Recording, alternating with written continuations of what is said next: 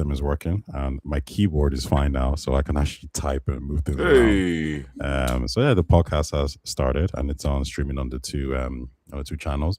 I do want to maybe I am kind of considering going back on X for a little bit, like subscribing to Elon's then, just so I could like stream there for at least maybe a month or so to see what happens. Because last time I was doing it, I did get a few views there, and I think it's better to kind of attract people because I think YouTube is so big. But because like I comment on X, people might actually get a chance to see the channel a little bit more. But anyways, yeah, I'll do that probably like next week or so.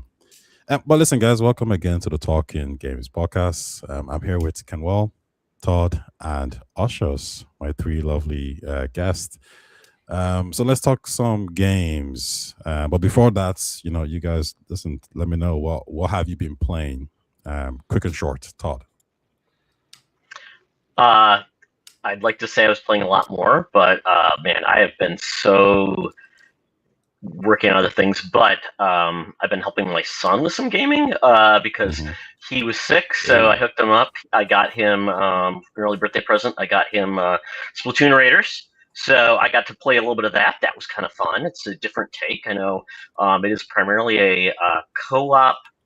Well, it's a single-player game, but does have co-op. And some people said, "Oh, it's an extraction game." No, it's not. Just basically a looter shooter in the Splatoon universe. It's kind of fun, very goofy. I always said, well, maybe they could call it a first-person splooter. Splatoon, sorry, that's me being a dad joke. There you go. Right there there. you go. But yeah, so that was fun. So play a little bit. Now he's got my Switch 2 right now before college starts up, so he's going to be using that. So, but I did play quite a bit of the Halo campaign Evolved. I played it on PC. I have it there free, but I also bought it on PlayStation 5. And my goal is to hopefully get a crew together with 4 players and just play some of that. The game looks great, plays great, and I'm curious about those extra missions that were created for the game. And I've loved Halo. I'm not like the hardcore Halo. I'm not the person that like knows everything about the lore. I don't read all the books. Did not enjoy the CBS Paramount Plus series. But yeah, I'm excited for that. But really, I've got some more games coming that I'm so excited for. Just got Scott Pilgrim EX is coming. Excited for that. And I just turned back Lego Batman Dark Knight. Is it Legacy? Great game. I didn't finish it all, but I really enjoyed that as well. And it looks like Madden is also going to be shipping to me, even though I get the 10-hour preview on a Game Pass, so I can try it there just to see how badly I'll play. But I need to see how my Vikings are going to do this year because now we know who my quarterback is. So I'm going to play around with Kyler Murray as the Vikings quarterback. So Okay. that's what I've been playing. Hey. Kenwell, what games have you been playing? I remember last time we were talking, you were playing GTA, right? Yeah, I was playing GTA 4 and Destiny. So I'm still playing those. GTA 4, man, is a gem. That's all I could say. Like, it's so good it's so great how that game still plays. It feels like I'm playing like a game today with how much stuff and just catching the little details and all the dynamic moments. It's getting me more excited for GTA 6. And then Destiny 2, I'm about to be... No, I finished the last DLC. So I finished all the DLCs last week. And now I'm going to move on to the raids, which is my favorite part for Destiny. And I got to say, Bungie really did their thing with Destiny. I'm just so surprised they didn't have anything to follow up with it. But damn, yeah, Destiny is such a great game, man. Like the first-person combat with it, the abilities. They do such a good job with going from first person to third person. It's such a good game, man. It's a shame people didn't feel that way a lot earlier on because, listen, I will not be surprised if they shut down. To be honest, yeah. Asha, tell us, please. I can't. We'll go back to GTA because I do have a true or false question for that. Asha, tell us, what game have you been playing? So I downloaded the Halo campaign Evolved. I think that's probably what I played the most last weekend, and I'm still playing the Dispatch. I'm really enjoying that. I'm taking my time with it, but I don't know. Like it's actually a little bit more trickier than I thought it would be. But story wise, very good game. Tricky. Which baddies do I pick? Oh my god, decisions, decisions. No, no, it's not even that. It's the gameplay loop that they have with trying to finish multiple missions within a given time. Like it's not unforgiving. It's just it's a little bit trickier than I think a lot of people assume. Okay. Aside from that, going back to Halo Combat Campaign involved, look, it's alright. It's that meme. It's alright. Like look, Yo. the amount of time I've played, like when you, I'll say this right. Once you get into it, it kind of like all comes back to you, and you understand why you enjoyed or love that game. And it does that thing with that fucks with your memory, where you'd actually be shocked if you went back and like played, let's say, the anniversary edition, the OG version of the anniversary edition with those Xbox One graphics. Your mind tricks you to thinking that the graphics looked that good or as good as you're playing them on Unreal Engine 5. I tried that, I was like, oh, fuck, it's a hell of a mind fuck. So they did a great job in sort of like updating it. But it's not exceptional. That's the thing, though. Like, there's nothing exceptional about it. And I think So that's would why you say, for example, that we've seen remakes of Resident Evil, we've seen remakes of Dead Space, we've seen remakes of multiple different games. Do you think that Xbox stepped up? Sorry, not Xbox. Halo Studios stepped up in making a competent remake that could kind of be up there with those other guys? I would, I don't know, dude. Like, I would compare it more to like The Last of Us remakes of like more recent games, and I just don't think it hits in the same way. It doesn't have, unless if you're new to it, maybe it gives you that awe. But if you're someone that's played it before, there's nothing about it that blew me away. Like, let me flip it then, and then we'll get to the questions. Do you think this title was made because it was supposed to be just for the multi-platform guys, and then yeah, I think it was now for that they're going back PlayStation, towards right? being exclusive, it makes no sense? That's a tricky question. Eh? Like both are right? I think they made the game with like, let's get PlayStation players onto this. Spoiler alert: PlayStation players don't give a fuck about Xbox IPs. But this is something that I think fans would appreciate. But again, it's not been that long ago, dude. Like it's the same thing with Gears Reloaded. Great game, but it's still the same thing. Like you're not getting anything that's gonna blow your mind away. Yeah. That makes sense. Like, and the problem with those games is that, like, unlike what Sony, when they do like remakes, their games are based around stories. So if they redo cinematics and the graphics look better, that matters. Doesn't matter much if your game is based around, the same sort of like, what do they call it? The meat and potatoes of Xbox 360 games. Those games were all based around gameplay and meat and potatoes, less about cinematics. Okay. All right, fair enough. I've seen some other things on Halo. A few people have played it, they enjoy it. Some people think it's not that great, and I know the sales weren't particularly supposed to be hot.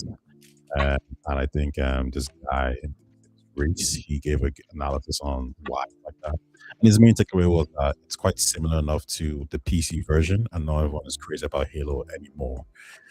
I think out of all the IPs that Xbox has that they really need to step up and fix or rejuvenate, I do think Halo is one that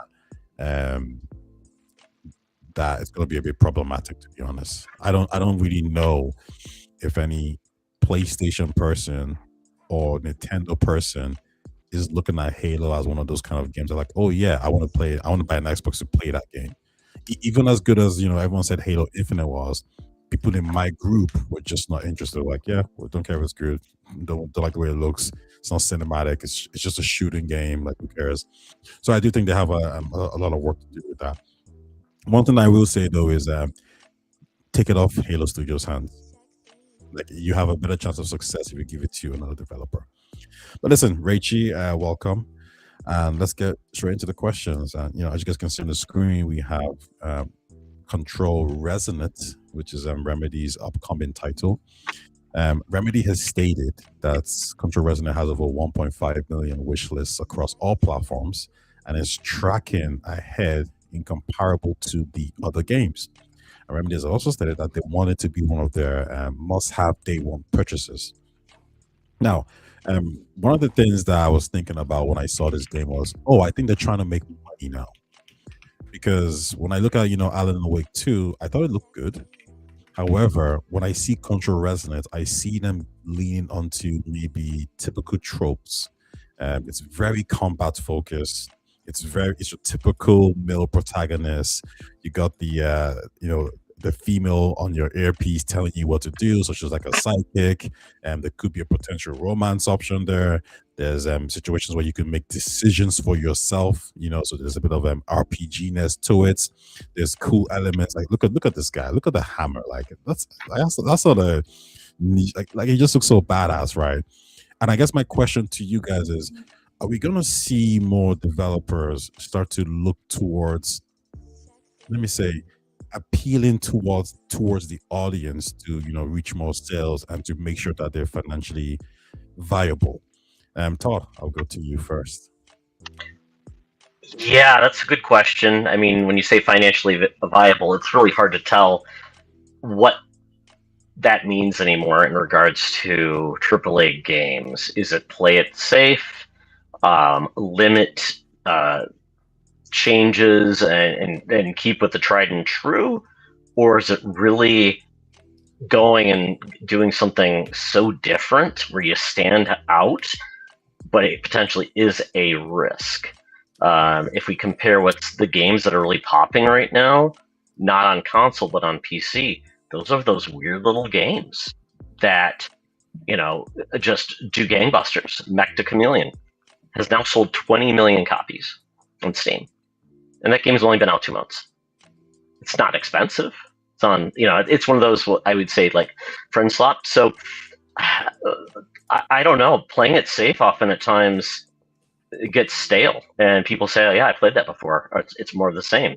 So I am curious. I mean, we saw Assassin's Creed where they pivoted from their formula and they went with the was it Origins, and they found great success with doing something significantly different, doing more of a open world RPG, going to that that different style.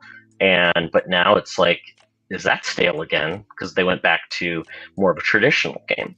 So I don't know. It's going to be hard. I mean, Control. The first I would say it is going to be interesting to see how this does versus Alan Wake 2, because Alan Wake 2 was exclusive to the Epic Game Store, and that has such a smaller user base unless you're there for Fortnite. People on PC are kind of snobs, and they only want to get their PC games on Steam.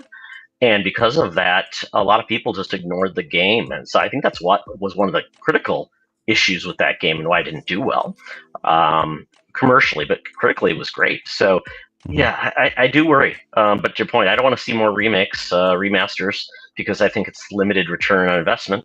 So I guess we'll see, what companies can do. But I one of the things I want to talk about was the Halo and Gears element, and where they've tried to get games in front of PlayStation with Gears Reloaded and now Halo Campaign Evolved.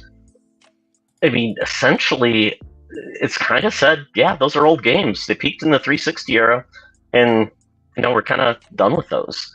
So I do feel like Xbox, their most successful games now they're going to appeal to more people are Forza, maybe Fable, games that haven't been done to death. So I'll see if those are the ones that emerge.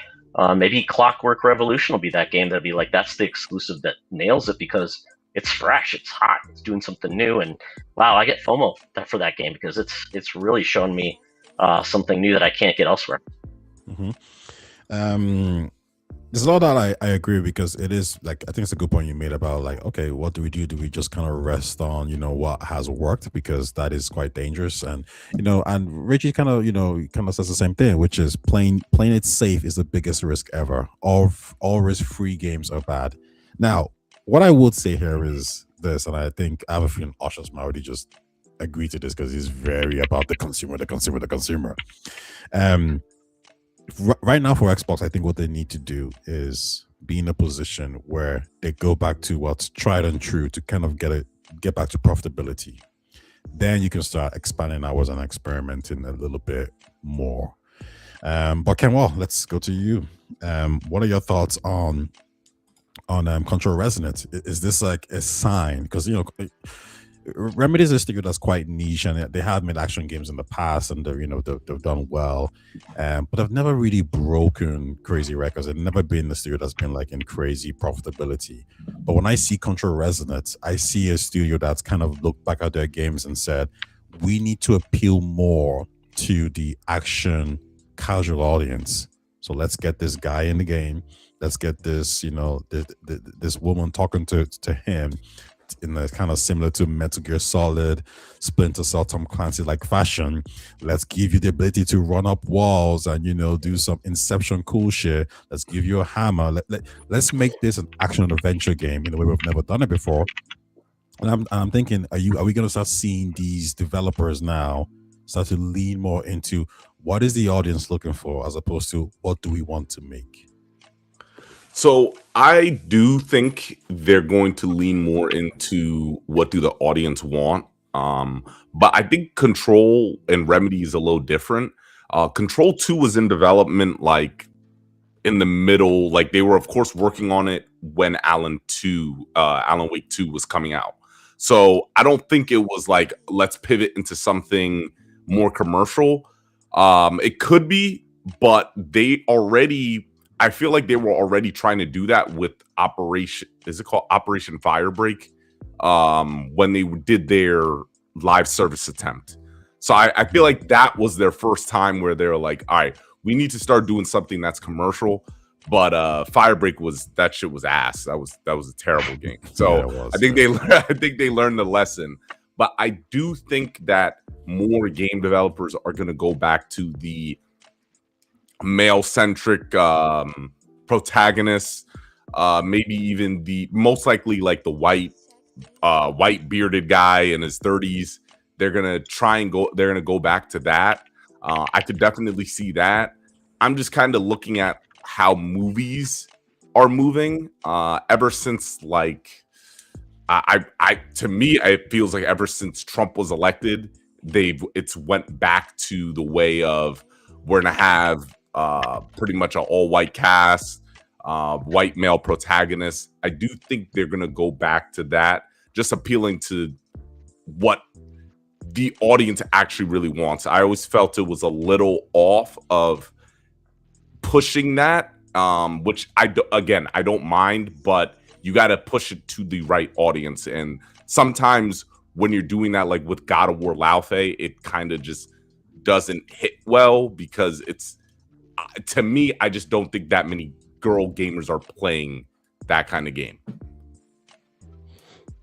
Yeah, for a take. Ushers, real quick, please tell us what are your thoughts on this apparent shift from Remedy towards a more, let's say, audio-centric, casual-like action adventure game as opposed to something that's a little bit more on the niche side of things.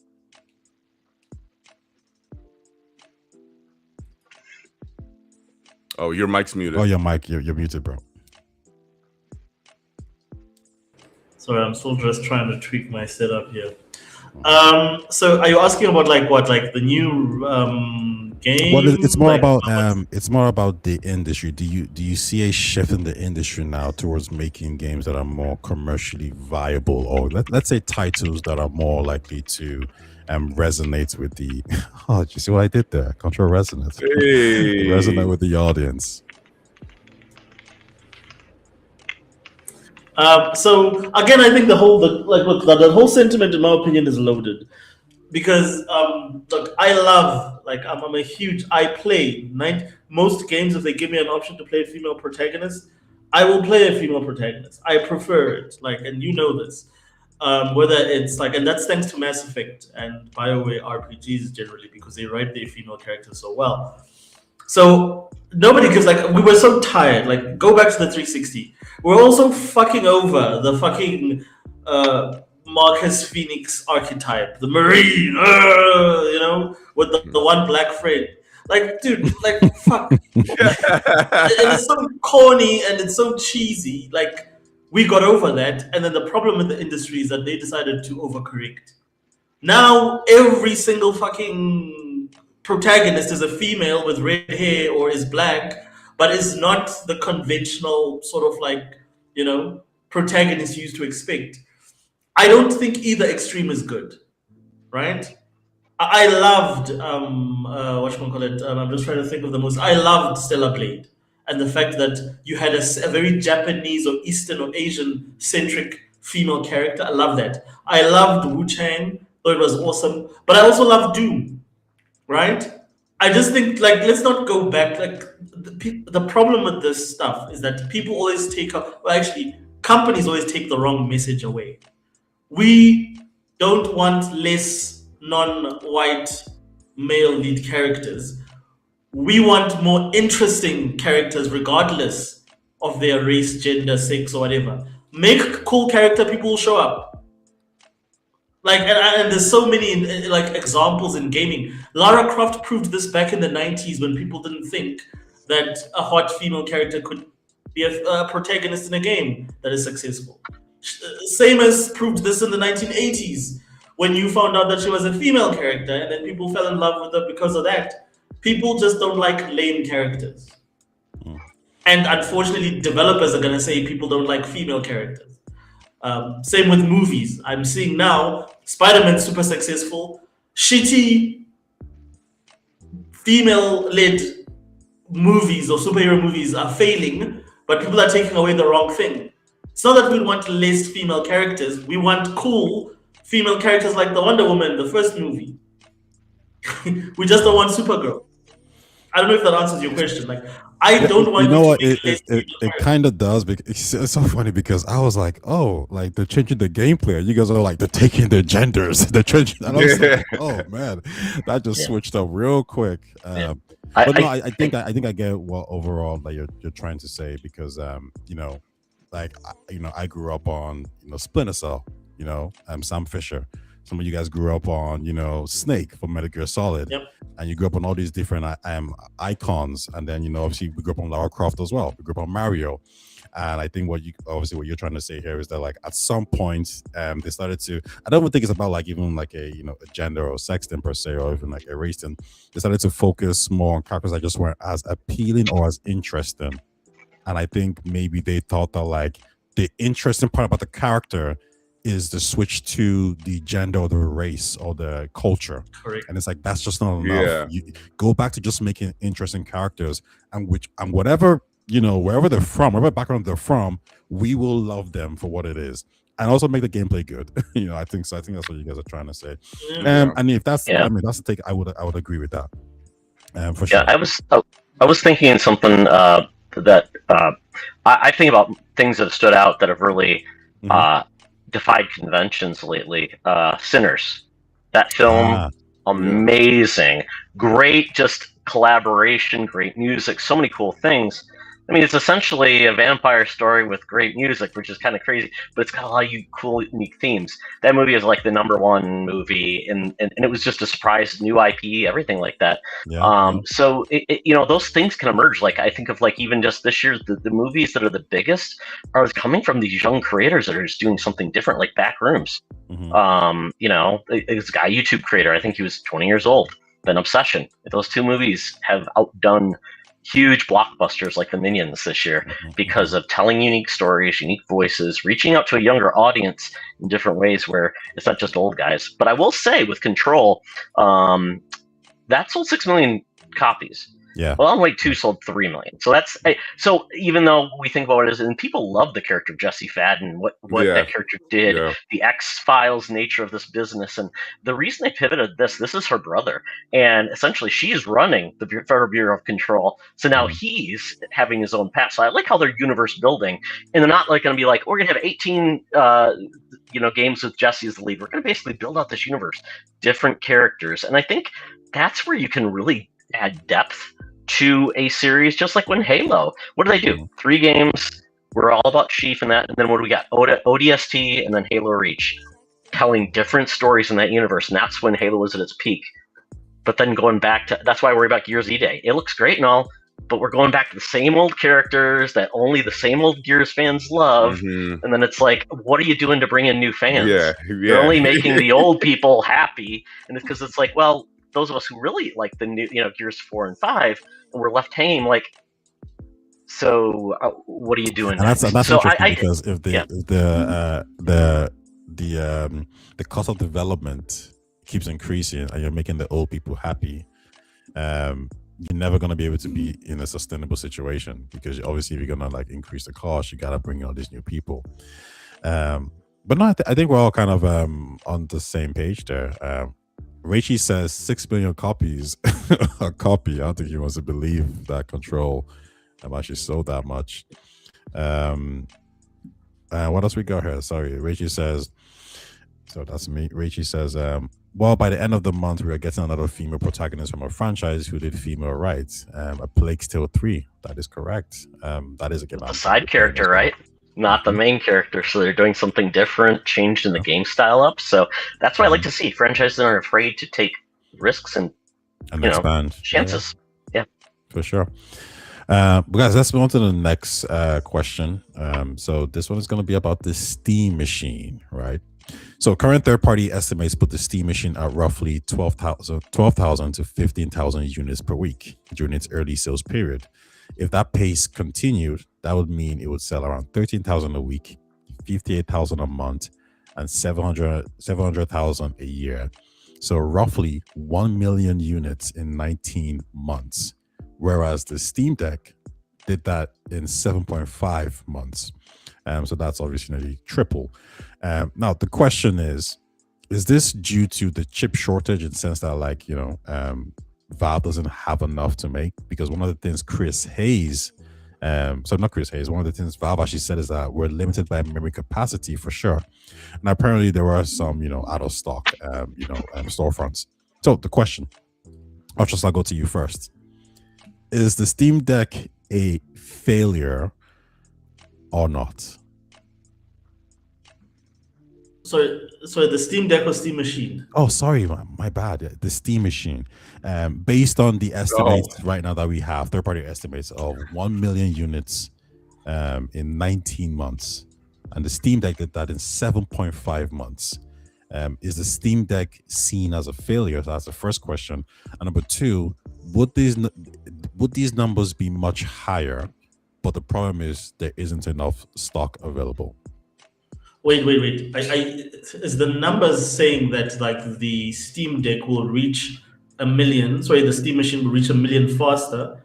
No. It's saying it's saying that it's going to take 19 months for the Steam Machine to reach 1 million, based on the current trajectory. Yeah, so like, I mean, if you're being realistic, you just look at like, it's a number of factors. Of course, we have to factor in that everyone is going to struggle with sales because of like the component prices. The only people that are going to get away with this and are going to sell hand over fist is probably Nintendo. But I think the Steam Machine is it's indicative of what's to come. Had the pricing been better, had it been priced, let's say, more competitively to consoles, we would be talking probably a different story right now. So I think it's indicative of the fact that we are in a very weird space right now when it comes to gaming hardware in general. And unfortunately, the Steam Machine launched right in the midst of this.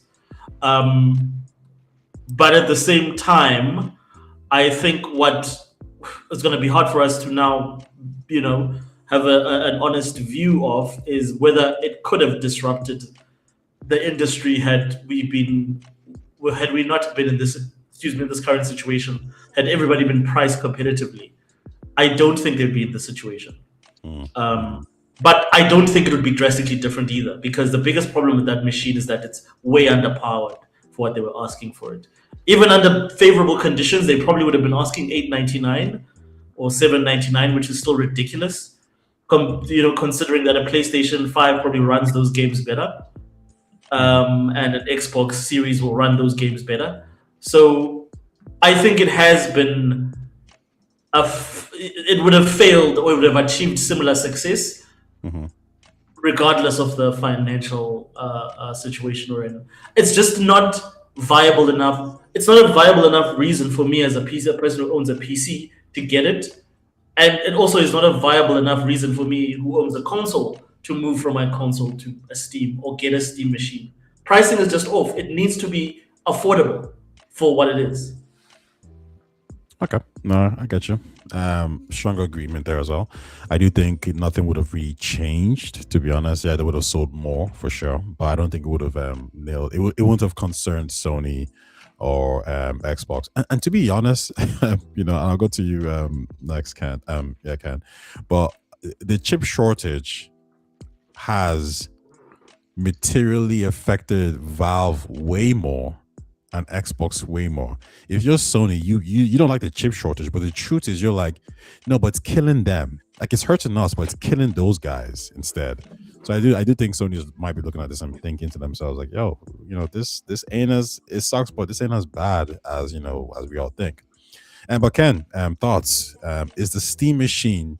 Do you think Valve looks at the Steam machine as some type of failure, and do you think it's failed to kind of grab the users that Valve wanted it to, or do you think they're happy enough with this idea of like the Steam machine might just sell 1 million units within 19 months, as opposed to what the Steam Deck did, which was it did that in 7.5 months?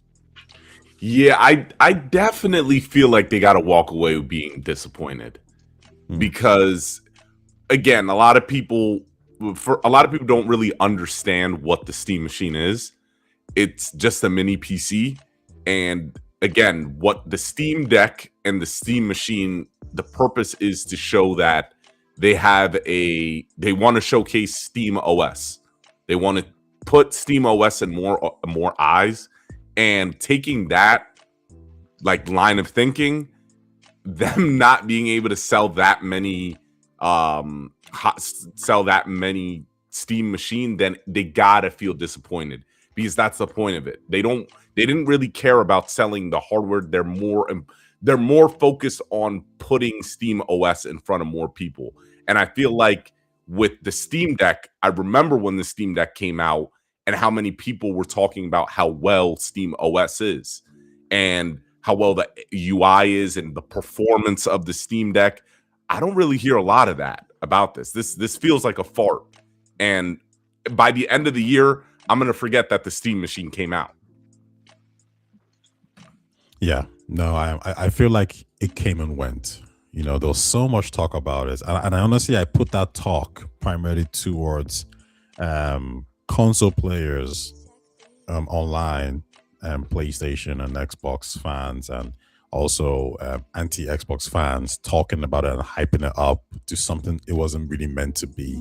Yeah. And I always kind of said to myself, like, none of these people are users. Like these people who are praising this device, you ain't gonna buy this device. This thing is weaker than the PS5. Like, what are we talking about exactly here? You're not gonna go out and buy a device that is weaker than your home console, really. But Todd, thoughts as well. Do you think Valve is happy with the Steam sales so far, given the circumstances, or that's completely irrelevant and they actually think this was a bit of a flop? I think when it comes to Valve, I think they look at the Steam Deck and the Steam machine as, it's a part of their business that can allow them to get more sales within a user group that is probably niche. I don't think they ever reveal themselves as a huge competitor to Sony, PlayStation, or whatever, because their core business is the PC you already own. And that is already something where they're set. So I think it, once again, just gives them an example of the mega Steam fans, the Valve fans. Here's something for you if you want it. And ideally, it would have been cheap. Like the Steam Deck was $400. I think people forgot that. They priced it low to get more people in, to show, hey, we can make a platform where our games will play great, it'll be great, but also it allows us another place to sell you games. So in a lot of ways, I think they are disappointed only because I think if things had gone according to plan and the Steam machine came out where it probably would have price-wise in 2022, probably at that 500, probably $700 and below. Now it's not possible. So I think in this way they just are accepting it's like this is reality. We're not going to sell as much, but I don't think they're selling the hardware loss. So it's not like they're accepting that huge loss. Plus, whatever they sell is just more people in their ecosystem. So I think they're okay with this. They are such newbies in the world of hardware making with the Steam controller, Steam Deck, and then Steam Machine. Now, I think what will make them more disappointed is if they can't get the Steam Machine 2 out at a price that affordable, because I think they feel like a lot of people really love the Steam Deck, and I think that's where I think they see a broader audience. In Japan, across the world, I just think that a console just is a more limited space versus a handheld. Nintendo's going to prove that, so we'll see how it goes. I mean, but I think you made a point. Why is Valve and Xbox having harder issues with their hardware? Because I would say Xbox isn't a hardware manufacturer. They aren't. They use facilities. They don't own manufacturing. They leverage other companies to produce it for them. They have a sourcing organization that prices components, but they don't stockpile components because they don't have any other hardware businesses to fall in, excluding the AI servers and things they do. And guess what? Microsoft would rather spend their money there, invest all of their capacity into that business rather than the Xbox. So they didn't make very good decisions in a supply chain sense, managing their hardware costs, stockpiling, making deals like Apple is. I mean, Apple made a deal for a full year of RAM capacity at a higher rate, but guess what? They secured it cheaper than other people will.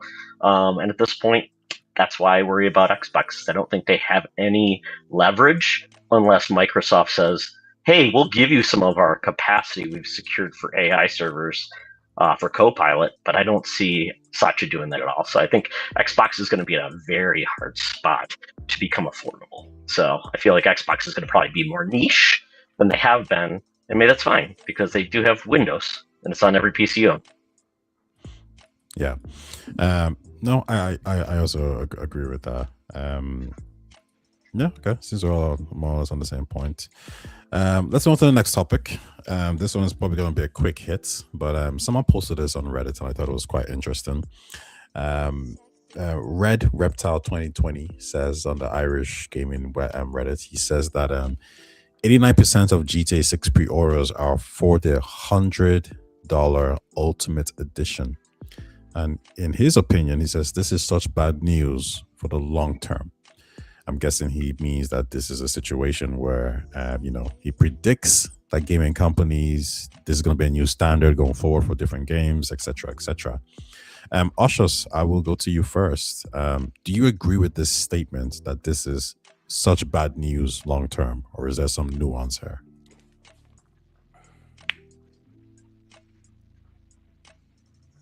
Sorry, I was muted. Might be on mute. Like I think at the end of the day, like I think I came to the realization that I generally don't like people, not like, but like I am not a fan of people who make purchasing decision solely based on an IP's exposure or how popular an IP is, because they lead to where we are now with the FIFA situation, the NFL situation, like leads to companies not having respect for your money.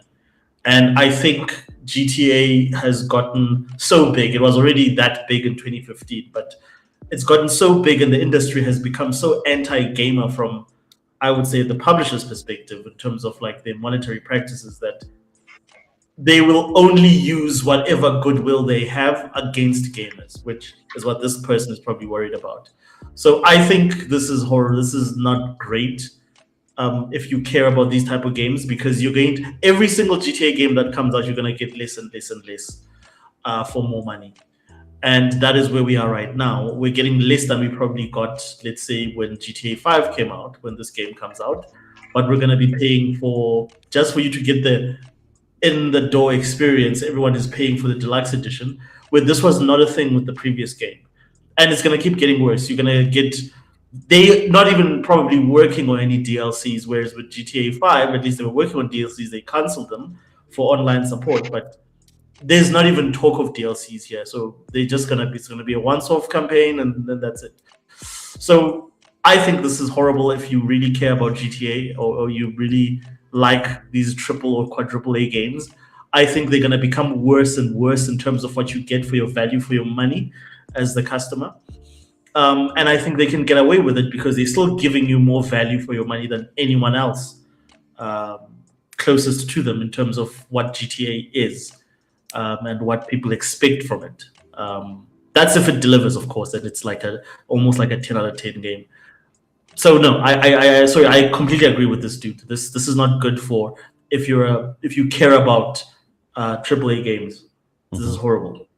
Kenwell, what are your thoughts on this as well? Do you think 100, sorry, what GTA is doing and the fact that it's 89%, which is extremely high, it might be the highest in terms of any, Ultimate Edition ever out there. Do you think this is a good thing, a bad thing, or are you just indifferent?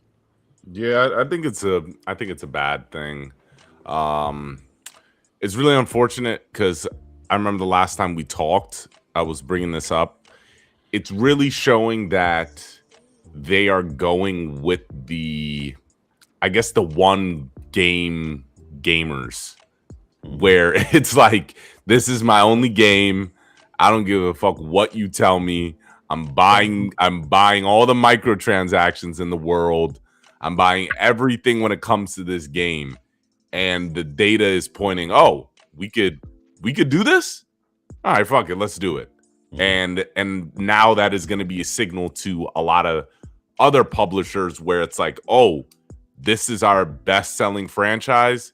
Well, let's see if we can let's capitalize on this, and let's try and see if we can do this. But yeah, it's gonna keep getting more predatory, where they're just extracting more from you. With GTA, we knew they were gonna try and, with Nintendo, what Nintendo was doing, it like opened the door for them to just give them any type of leeway to, hey, $80 and then $100. Like at this point, I don't understand why the base edition isn't $70 and then you have this version that's $100. Like it just, I don't like the idea of them locking activities. Okay, stores, but with Rockstar, how they do it, they've been scumbags for a long time. Like that's a lot of the things I try to address in my videos. But I thought it was a real low for them to lock gameplay behind this $100. Is gameplay locked off? Yeah, they said activities. They didn't specify activities, but they said, yeah, there's stores that they lock behind, which I'm like, okay, all right, I don't give a shit about the store. But there's certain activities in the game that you won't be able to play unless you have the $100. So I'm like, well, wait, what's up with that? Yeah, that's I mean, I know you. Yeah. I'm like, huh? Okay, that's I think that changes things a little bit. And they haven't like said what the activities would be. Right? Yeah, they haven't said the activities. Yeah. Huh. Okay. Todd, you've heard Asha's, you've heard Ken's take on this. Do you share the same opinion that this is bad, or are you just indifferent to it? This is not going to affect the industry. It is what it is. This is a once-off unicorn. Let us know your thoughts. I just think this is more of what we were expecting to get. I mean, we've already seen Xbox do this, right? Oh, here's the Forza edition that you can play a week early, and you get this content. And it's essentially putting the most ravenous fans into the fate of, well, I want to play it early, so and this is my game. So they're willing to do it. So ultimately, it's especially when people can get it for free on Game Pass, but now people are paying extra for a game they get for free just so they can play it early. I think we're seeing that. We saw Mario Kart World, $80. I mean, people could say it's probably worth it because that's their biggest franchise. Don't know. I'm guessing when Animal Crossing, the new game, comes out, that will be very similar. That'll be an $80 game. I just think we see they're going to premium price the biggest franchises. And when we do see a game, I'll give Control Resonant their benefit. They're charging $50, I believe, or $60. So they're charging less. So maybe that opens the door for other games to come in lower price to be competitive and actually not make you choose between the two franchises and say, well, it's cheaper. I can afford that plus this, versus have to sacrifice it. But I do feel like $20, and to your point, I was looking at what is in the edition. I'm just reading it now to myself. So you get exclusive vehicles and garages, you get vehicle customization hubs, weapons and combat extras, side scores and gang content. So I'm guessing that's the one. Yeah, it could be side maybe like scores and some gang type of content. like the gangs are trying to maybe fight you or something. So not Yeah, I not don't maybe know. a major activity, but like something that's like But to your point, yeah, exclusive. it's not like this is content that is required for Mhm. the game, but it is adding that extra benefit. Yeah. So yeah, I don't know. I mean, I'm surprised they didn't do the early access, right? Like That's what I'm saying. I'm that's sorry to cut you that's off. surprising Like, to me. you could have just done that. Like, I would have been fine with $80 and then the $100 gives you early access. It's the fact that you're just you're giving all this extra shit. It's just like, well, we waited 13 years for this. You could have just just given us the whole game. Like, why are you locking it? Yeah, I'm guessing part of it though is GTA's don't come out so long, so I think people are so ravenous they just give us everything, right? So like, I'll buy anything you've got. And You know what I think will, instead? yeah. Actually, I honestly think they were like, I feel like they were so generous. To be honest, I think $80 for the base edition just to me was like, wow, like you could have went higher.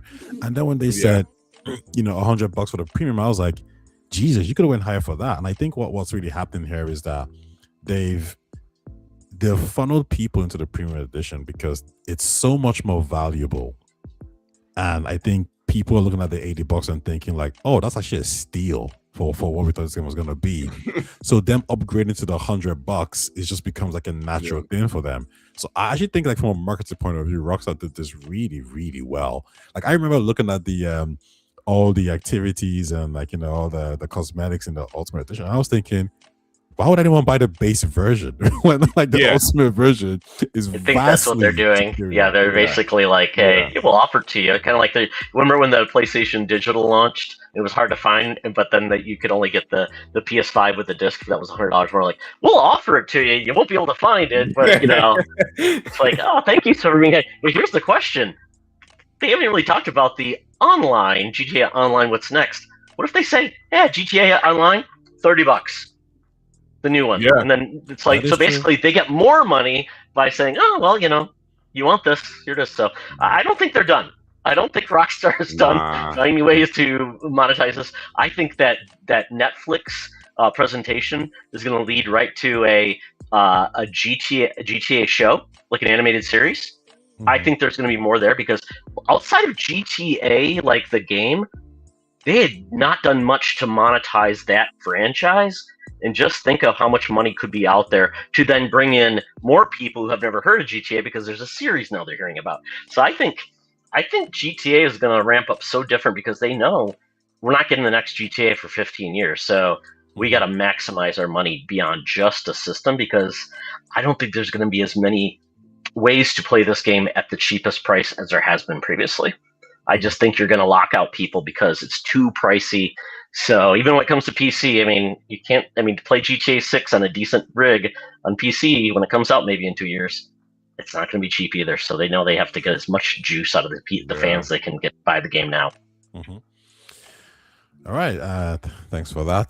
Listen, are you guys buying it? What edition are you guys buying? Yeah, day one. Like I haven't even. Listen, I'm gonna it's buy crazy. I haven't even seen this game, and I'm like, yeah, day one. I've never beat a GTA game.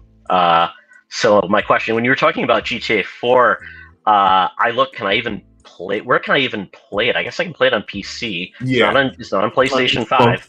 Yeah, and then I have GTA 5, but I remember when I was going to play it, my son was young, and when I showed up at the strip joint, I'm like, oh, my son's going to walk on this, so I had to pause it. So I really need to play GTA 5 or 4 first. I think I played a little bit of 4 back in the day, but I think that's what I'm going to play. I'm going to play GTA 5 first and see if it gets me. I'm waiting for a disc, to be honest. Maybe it'll happen, maybe it won't. 5 is on everything. So 5 is on, it's like Skyrim is on every console since the PS3. Except for Switch, 4 is a bit tricky. Except for the Switch, yes. Yeah. It's not on the Switch. Yeah. Is it not on the Switch? No, it's not on the Switch. No, they never came to Switch. No. Never came to Switch. Yeah. So which is actually a missed opportunity by Rockstar. They're leaving money on the table there. That game would go to number 1 tomorrow if it released on Okay. the Switch. 2. I still own an Xbox 360. Maybe I should just buy GTA 4 and play it on the 360. Yeah, I mean, if you have an That'd probably be a Xbox horrible way, would it? One, sorry, do you I have a don't. 360? Do you have a Series? The only Xbox I own is a 360 because I own a PC. So I'm like, I don't need an Xbox. But I did get the 360 play. Yeah. But I mean, I'm wondering if it's just played on PC though. GTA 4 on PC. Yeah, you just should. Okay. PC is Okay. better. Okay, This cool. is sort of the best I'm set. in mostly everything now these days. So Yeah, you're gonna get the base version of the game, that's right. all the games if you get it on PC. Fun fact: I did play GTA 3 on an old school Sony laptop when I was deployed to Saudi Arabia, and there's no controller support, so I was using like mouse control to control the vehicle. Oh, it was worst experience ever. I said I'm never doing that again. Cool. Guys, Mass Effect is on the screen, and the reason why is because I do have a question in relation to EA being purchased now. And I guess the question is, at the end of the day, will Mass Effect continue? So, do you guys envision that if EA, Saudi, whatever you want to call them now, wanted to sell off the Mass Effect IP, which developer would you like to take this on board and make the next Mass Effect game? Todd, I'll go to you first.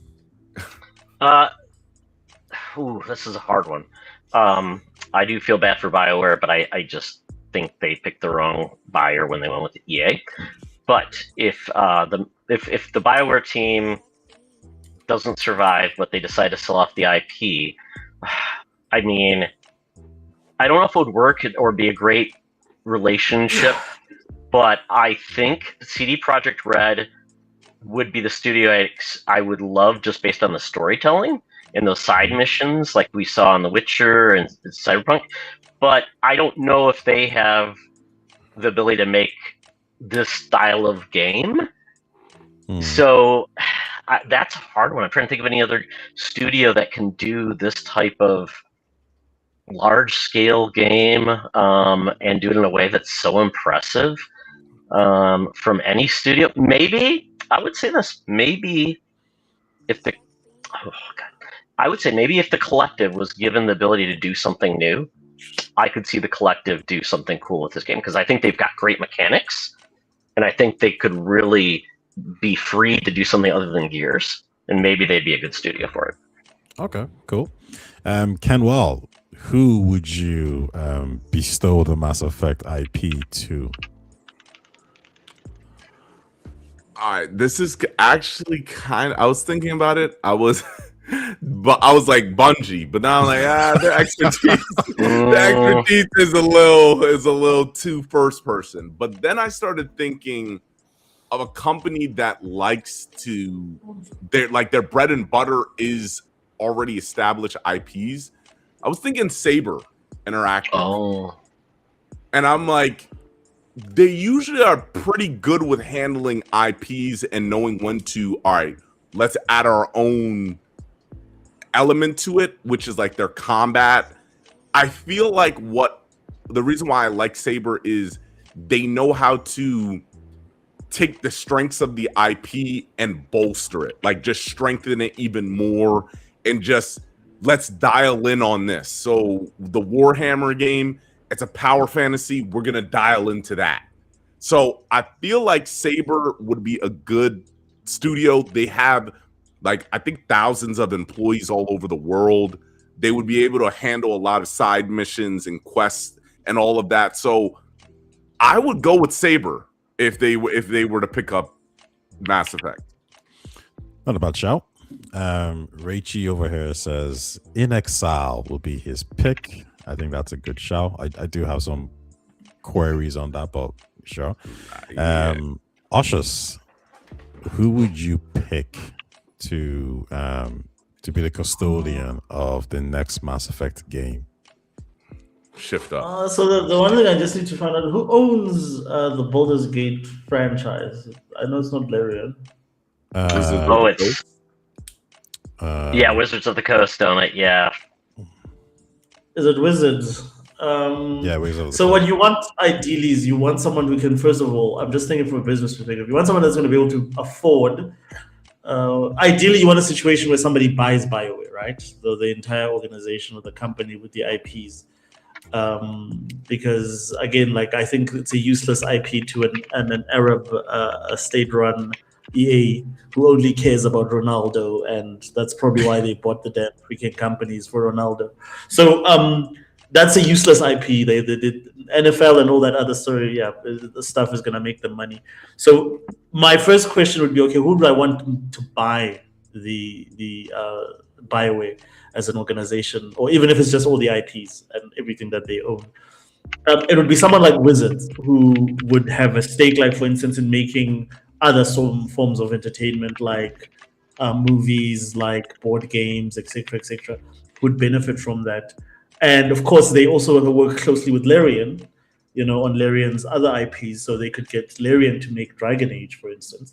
I don't know if Larian would be able to make a Mass Effect game, but the guys, for instance, if this game Exodus becomes successful, you could get a lot of those guys to work with whatever talent you've got left over from BioWare to sort of get the band back together type of thing and do something with it from that perspective. In terms of who's ready to make a Mass Effect game, which studio would have the ability to make a Mass Effect game just like as their next thing? If I look at skills and abilities and resources, I would probably say your best bet would be like a CD Project. I think they would crush because they have a very deep history with BioWare and Mass Effect. They use the same engine for the original Witcher games, so those guys could make you an awesome BioWare type game, especially Mass Effect. It would be a walk in the park with them to take what they did with CD Projekt Red and convert it to with the Cyberpunk 2077 and convert that engine into a Mass Effect engine, or using Unreal Engine 3. I don't think it would be an issue for them either way. Yeah. So, short answer is I would love for Wizard to buy the IP, but in terms of making a game, I would definitely task someone like. Actually, there's another developer. Who are the guys? Owlcat, I have concerns. I wouldn't give it to Owlcat. I would They probably haven't go. proven themselves yet. Yeah. No, not in this type of game. I would go with CD Projekt Red and Wizard of the Coast as publishers. So Reggie first says In Exile, and I think In Exile is similar to Owlcat in a sense. Now, I would actually trust In Exile a little bit more than maybe Owlcat, but the problem I think here is that In Exile hasn't really made a game this big. I'll trust the writing and all that kind of stuff, but I don't know if I'll trust the gameplay. Listen, I've already seen things from Clockwork Revolution from a gameplay perspective that I think looks okay, but doesn't look entirely polished, right? So no for them. Rachel says Xenoblade Chronicles team.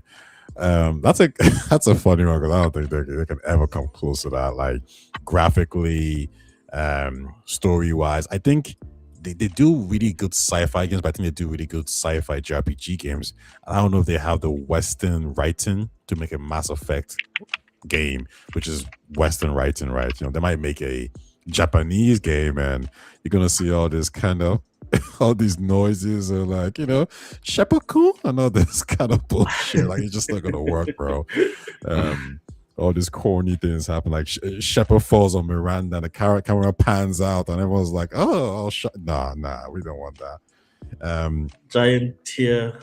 Yeah, listen, all these things. But one thing I think where I really agree with Ushers here is I would give it to CD Projekt Red. I think their writing with The Witcher 3 and especially Cyberpunk is top notch when it comes to the second game.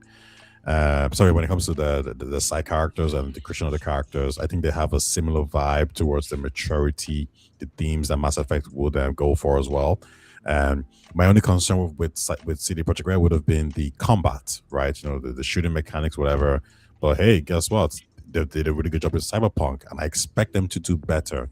So I expect the combat mechanics for Mass Effect, to be better than what we got in Cyberpunk. And this is all the hacking stuff and all that kind of shit. It's pretty cool. And they've dealt with driving as well, so you could simply you can see them do that. I think CD Projekt Red is probably the best team to do it. Now, will they want to be tasked to do it? I don't think so. I think they would have to buy the IP. They would have to own it. And to be honest, I think CD Projekt Red having Cyberpunk, Mass Effect, Yeah. and The Witcher, Yeah. those 3 IPs in rotation, oof, Yeah. I think that's perfect.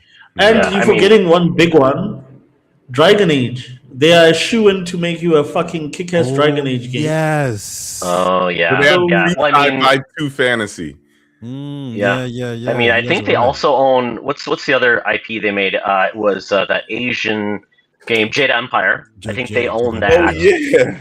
Yes. Yeah. So I mean, it's really hard because I mean, BioWare. I mean, I don't know how many people are still around since the founding of that studio, but they obviously made, Knights of the Old Republic. I mean, they did so many cool games. I mean, and they did work on Baldur's Gate back in the day, and now, with CD Projekt Red working on, I believe they're using Unreal Engine for one of the Witcher remakes. That allows them to. I mean, Mass Effect wasn't the Legendary Edition on Unreal. Legendary Edition. Sure. So that could work really well. I mean, and quite honestly, CD Projekt Red, they work with IPs that existed. Cyberpunk, it's an existing IP. The Witcher books, they license that property and make those games, so they're familiar with working with IP. And maybe there's just a way that let's put it this way. Maybe EA says, you know what, we don't want to keep BioWare. But hey, we'll give you the license and you make this game for us. And then The Witcher, CD Projekt Red said, okay, cool. And then they end up hiring a lot of the BioWare team. I wouldn't want them to hire them, to be honest with you. They couldn't.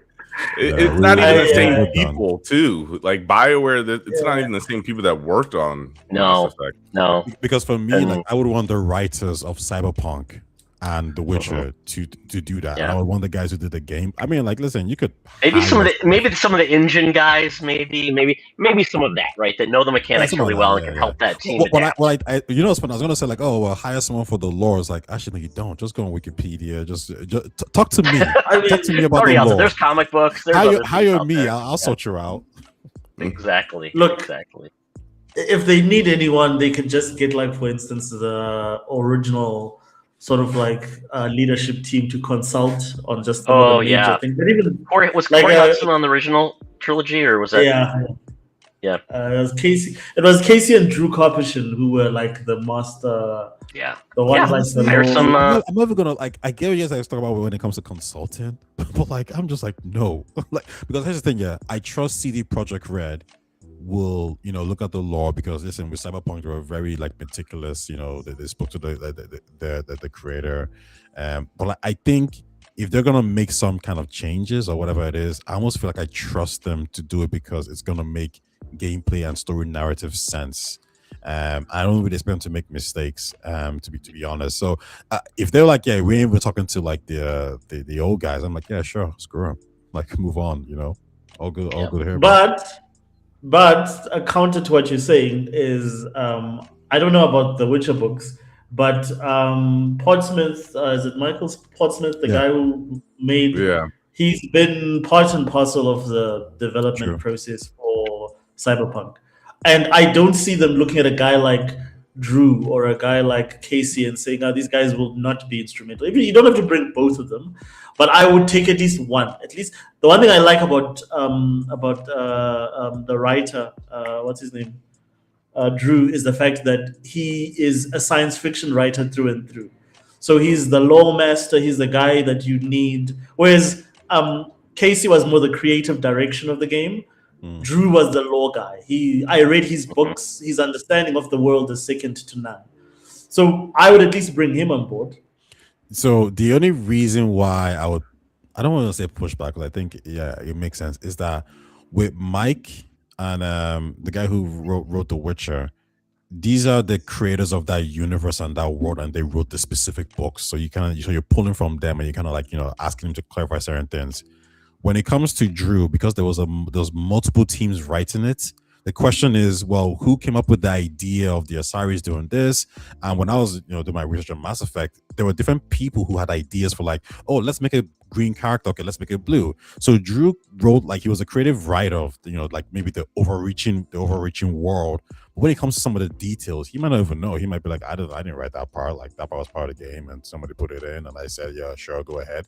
So now you're dealing with like a team of writers, and at that point, this might sound like a brazen thing to say, but I wouldn't be surprised if me, you, or some of the guys here, or some of the other YouTubers know more details about the Mass Effect universe than Drew himself. And I mean details. Because remember, Drew didn't write the third game. He left. He wrote a completely different story. So I could be like, no. Let me tell you about what happened in Mass Effect 3 with the Leviathans, because he didn't write any of that part. So I should probably know more than him. Yeah, but the point is, like, Mass Effect 3 in terms of writing is probably the weakest version. It's like the weakest game out of the three. No, but I'm speaking from a lore perspective. In terms of no, but in terms of the lore, don't forget, like, and this is the thing about lore, like, the lore of the Witcher books is not the same as the lore in the games. What I mean by that is that there's certain points where they deviate and they do different things in the game. So you don't lead that person. You sort of need them to be like to ground the people that are writing, because it's still going to be a team writing the game. But you need a lead writer to ground the team and bring them back to their vision, to say, okay, cool, you can write all these smaller parts and these things, but this is the core vision that brings us together, so we have a cohesive world that works. At the end, like, what happened in Mass Effect 3 would not in any way, I think, impact his version of Mass Effect 3. In fact, I think his version of Mass Effect 3 is probably far superior. It's a pity it never made it, like, it got left on the cutting room floor. But I just feel that the writing took a huge step down. Even the way that and again, this is just me being a fan, the way that Mass Effect 3 cuts between scenes is so awkward to me compared to how they did it in Mass Effect 2. Like, everything is tightly done with Mass Effect. If you play them back to back, it's so glaringly obvious that 3 is the weaker of the two games in terms of writing direction. That's actually funny, because some people think 2 is the one that's all over the place. They think it's like the worst game, but really, yeah, some people actually said that like 2 is like the worst game because it seems like it's all over the place. And I think the reason why is because it felt like towards the end it was rushed, or like that wasn't part of the plan. Like the Reaper human was a bit strange. But let's move on to an Xbox Doom guy, whatever you want to call it, question, and then we'll get to some true or false. Let me just put this up. Hold on, since my system is frozen again. CD Projekt Red would be awesome though, to handle this shit. It would be so cool. Agreed. The graphics, I think, the world, the girl characters. Oh, dude, the Asari would finally be attractive again. Yeah, bro. Oh my god. I just worry, when do they find the time, right? They've got so many projects. Yeah, that's I don't think they can. They I don't think they would even want, like, they would have to hire basically a whole new team. And I guess to Ushers' point, at this point, you would actually probably have to bring in people from BioWare to help out. They would need a cash cow. They would need a multiplayer game to be bringing in a lot of money. Well, funny enough, Mass Effect has done multiplayer before. Yeah, Mass Effect. Yeah, go. I was gonna say Mass Effect literally invented loot boxes. That's a lot of people forget, is that ironically the RPG. Yo, what? I gotta hear this. They invented loot boxes, like that came with Mass Effect 3 and the multiplayer mode. It was the first EA loot box based game, and I believe it was one of the first games in gaming, and probably the most popular example of loot boxes. Do they charge for those, or was it just you got something from winning? No, you bought. They charged for them. You had to buy packs. Oh, wow! You unlocked them either through finishing the mission, or didn't they do something with the multiplayer in the Legendary Edition where they basically said it wasn't contingent on how you did in that to actually move the story forward? Yeah, they removed that feature. It was from Mass Effect 3, which was the war assets. So That's right. So you didn't need the multiplayer anymore to contribute to the war assets. And how you sort of accumulated war assets in the original Mass Effect 3 is that you played the multiplayer. So they didn't force you to buy packs. But if you wanted the better gear and whatever to progress the multiplayer, you had to buy more expensive loot boxes. I found my card the other day. You know, the Mass Effect card you got that had like your information on it. I'll have to find it. That was fun. I think it came in one of the editions. Yeah, with the legendary, the N7 edition, I think. Okay, that's pretty cool. Let's talk about Chris Hayes, a lead service programmer at its software. And here's his statements. This was in relation to the layoffs that occurred at his studio. He says, Microsoft or Xbox, they fundamentally don't understand art and they don't understand games. He also argued that Microsoft doesn't understand the business model of creative development, particularly the conflict between long-term game development and short-term corporate quarterly thinking. He stated, how can we get this financial quarter or year to look good? Those don't align with the same things that make a successful game. My question to you, and I'll head over to you first, Oshers, is, well, Ken, I'll head over to you first, is does he have a point here? Or is this just an employee not taking accountability, just being, disgruntled at what's happened, etc., etc.? What's your take on his comments that's going at Microsoft, which is quite surprising because he still works there? Yeah, he was tight. I saw this interview. I think their reputation precedes them. I don't think they really know about creative decisions. Yes, he is disgruntled, but from what they've done, what they've put out in their effort with, hey, we're going to try this, and then it either coming out in a really bad state or it just getting canceled, just goes to show that Xbox doesn't, the top level people don't have a good taste meter, and second, they don't know how to execute on creative decisions.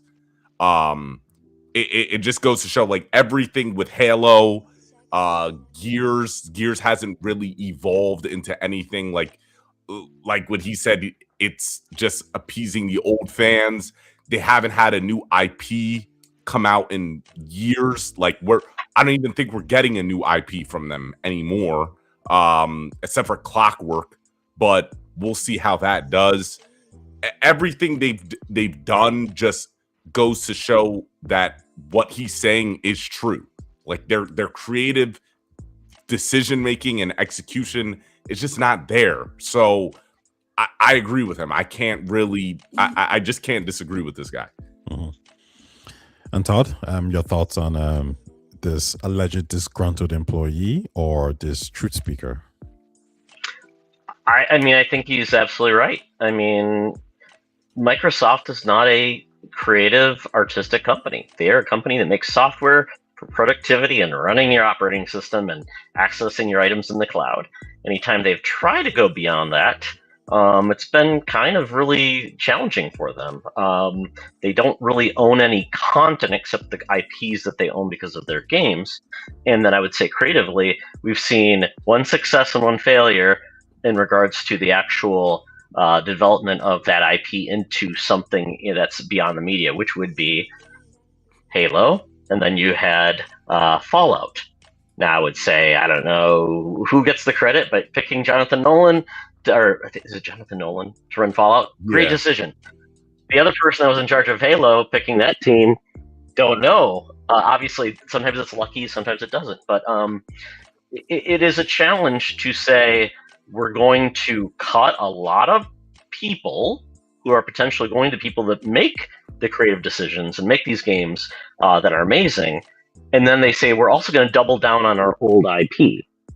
So that, to me, tells you that they're going to get less creative, more risk averse, just to double down on what it potentially has worked in the past, but not always. So I think he's upset because, too, it's like, well, who's making the decisions? Well, one of the big persons that greenlit these games that were supposed to be amazing and told us, yeah, keep working on them. We're green light. Was Matt Booty.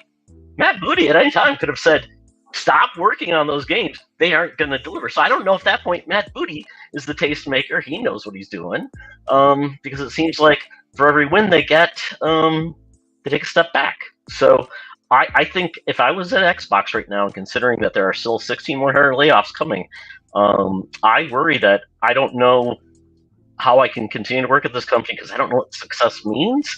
And if I can no longer work on things that are creatively interesting to me, I don't know, I'm going to give my best work, especially when I feel like I don't know if I've got a job next week. So I think Microsoft is not a healthy place to work right now.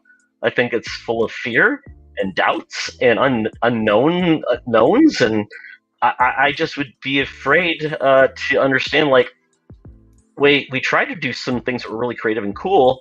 Well, when we did that, those didn't sell enough, so we're getting rid of them. So I don't know. I feel like if you are a creative person, I don't think working at Microsoft is a great place to be.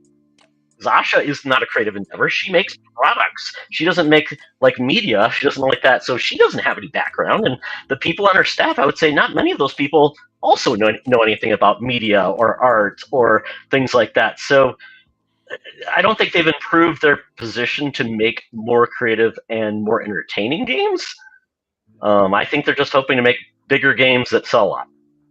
So that doesn't make me happy as a creator. Okay.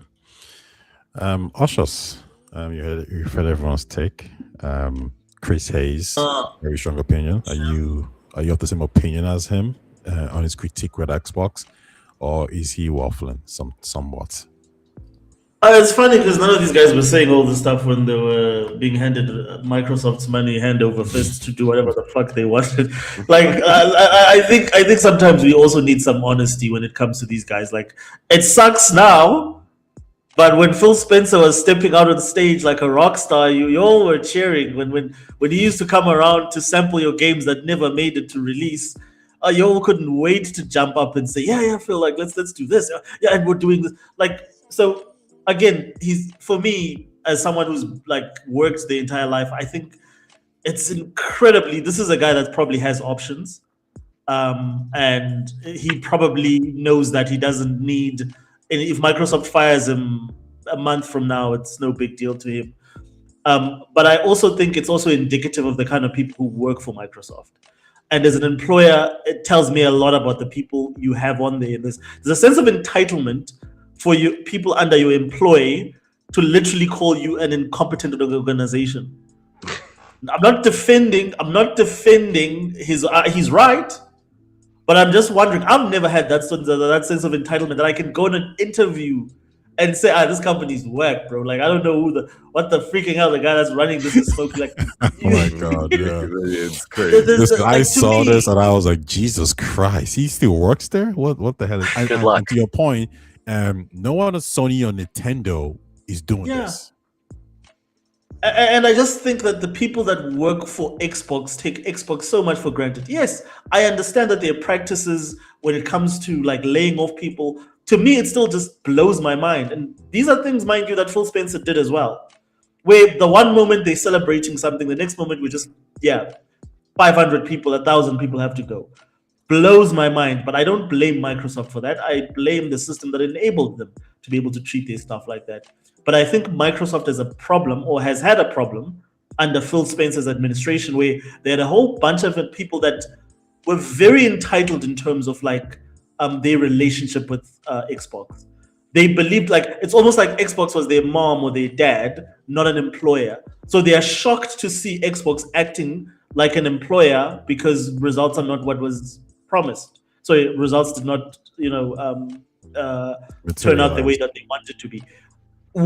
So now let's go to accountability. Two things.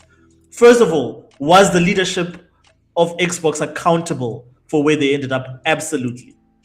Absolutely, 100%, they should take the blame. However, I do feel that they hired, like one of the biggest detriments with Xbox is they hired a lot of people that did not have the discipline to finish games. Now, ID, in my opinion, would be the exception to that rule. ID can make and finish awesome games. But I do feel that ID had a lot of staff as well that under Phil Spencer's regime, had a lot of say in how things were run. And a lot of those people were probably let go because it just didn't make sense financially, because a lot of those people had been there over 7 years and so forth. And my understanding with Microsoft, the longer you're there, the more they have to pay you. Oh yeah. Yeah. Yep. So a Seniority, lot of those things. decisions, Yep. I think a lot of those decisions from Asher's perspective came down from that. But Microsoft needs to change the way that they hire. They need people that are much more responsible from a business perspective in gaming. Well, I don't remember, think creativity. they acquired these people. They didn't hire; they just acquired these studios. You're So a lot of absolutely ways, right. they didn't have foresight over their employees, their whole structure. And my pushback would be on this. In this case, its games have delivered critically and have done Yes. great. And they're actually, they called out Doom as being like one of the pillars of the new thing. And it's like, but then what did Microsoft do at that point? They decided to cut that studio significantly. Said, well, you've got the same amount of people that made Doom in 2016. Well, 2016 is 11 years ago. It feels like a million years ago. And it's like, I just feel like it sends out the message of like, we're saying a lot, but we just need to cut numbers. And we're just, and Asha doesn't know where to cut. I don't know if Matt Booty truly knows where to cut. I think they just said, we're just going to cut 20% off each and we call it done. Because that's what most companies do. They don't actually look at performance. They don't look at these things. They say, we got to get the numbers, and whoever we pay the most, you're gone first. And it sucks. Yep. And the sad thing is that they're not going to be able to replace that talent in any shape or form. I think the losses that they've made with this last round of firings and the firings that they're still going to be doing it's irreplaceable in terms of how flexible talent-wise they're going to be. So I'm interested to see how they're going to deliver on this this promise of having only big IPs and focusing only on big IPs. Are they going to be able to make all those big IPs 9 out of 10 games? Do they have the talent to do that? Left over. And aside from what if one fails, right? If one fails, 100%. Wow. I mean, and over and above that, think about this. It's one thing to have the talent, but now it's literally like a concentration camp. Everybody's walking on eggshells. Everybody's delivering because it's or else. I don't think that's the best sort of environment to brew people that are going to make creative. I don't know if listen, I'll be very honest here. I think Xbox needs that. These people need to fear that.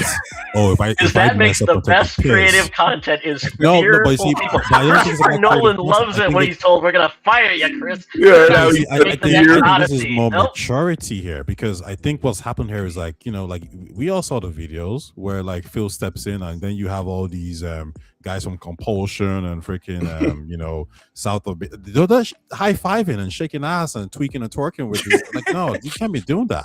I'm like, when Cory Barlog says Shuei Yoshida stepped in and I was afraid, and when he played my game and he shook his head and walked out, I shit my pants. And then you got God of War 2018. Like, like Shuei is a guy who you respect. When these developers go to Shigeru Miyamoto and they give him his game and he's like, what the hell is this shit? How's this fun? Go back and make a better game. And then they reiterated 5 times, you get Splatoon. When Retro Studios were making games, Nintendo was like, cancel that shit, cancel that, do it this way, do it that way. You got Metro Prime. So the problem is these developers are just like, yeah, we do whatever the hell we want to do, regardless if it's commercially viable. So now that that like, yeah, if we don't make a commercially viable game, we're out the business. Yeah, that is the pressure you probably need to make a commercially viable game.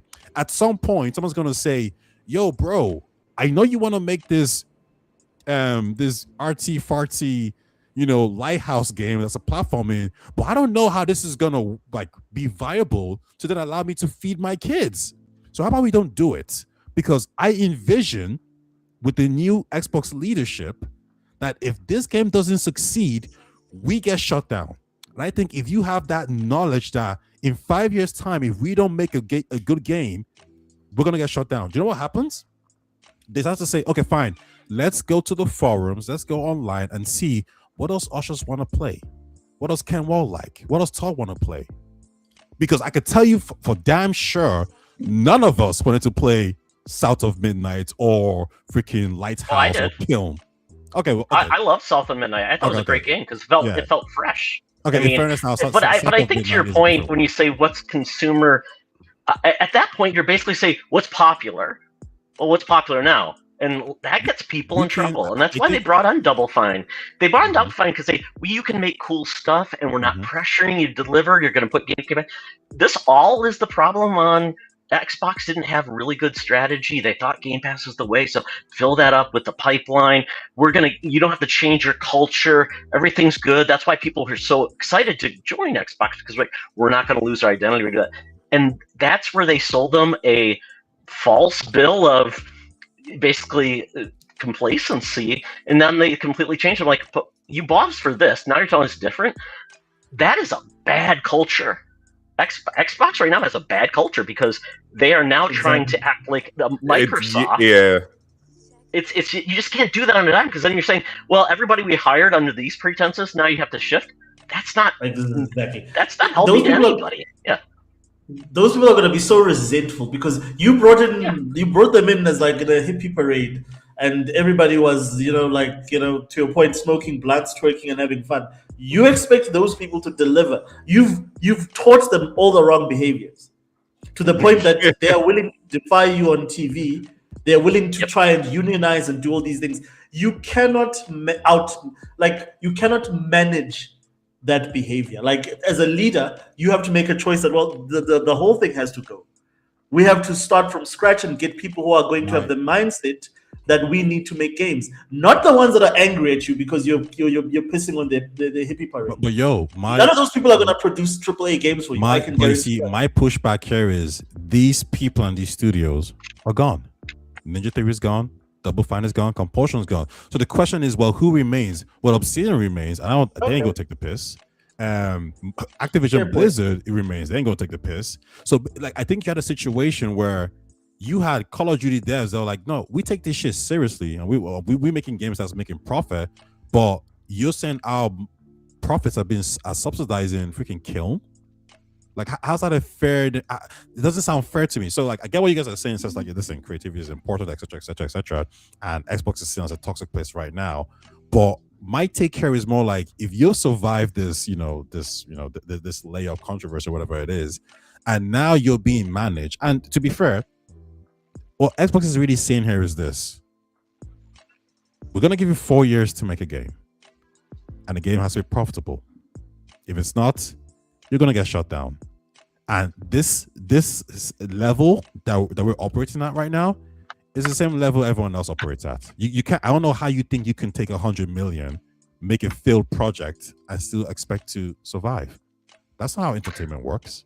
You're right, but it's just simple. It's easier said than done because the damage is it's so deep. Like what he was saying, it's so deep. What Aushus and Todd is saying, you're trying to make someone who's a slacker, who doesn't study, and then all of a sudden, you got to study. You got to get this A on this test. Well, I don't know how to fucking study. I don't know how to do that. It's a bad situation. And one of the biggest elephants in the room, Todd Howard and Asha, bro. I know Todd Howard feels some type of way now because he got to listen. And how Phil Spencer was doing, he was his own boss, it felt like. Mm-hmm. So I mean, listen, I don't know how that's gonna go. But listen, I'll say this, I completely agree, But if Onamura has to listen to Shigeru Miyamoto, if Cory Barlog has to listen to Yoshida and everyone else, no matter how big they are, then I think it's about time someone starts listening to some of these Xbox senior people as well. You can't just do what put it this way, I can almost imagine if Yoshida was Xbox, and he's playing Starfield, and he's like, yeah, this is all cool and all that kind of stuff, but why the hell we got 1,000 planets? This is boring.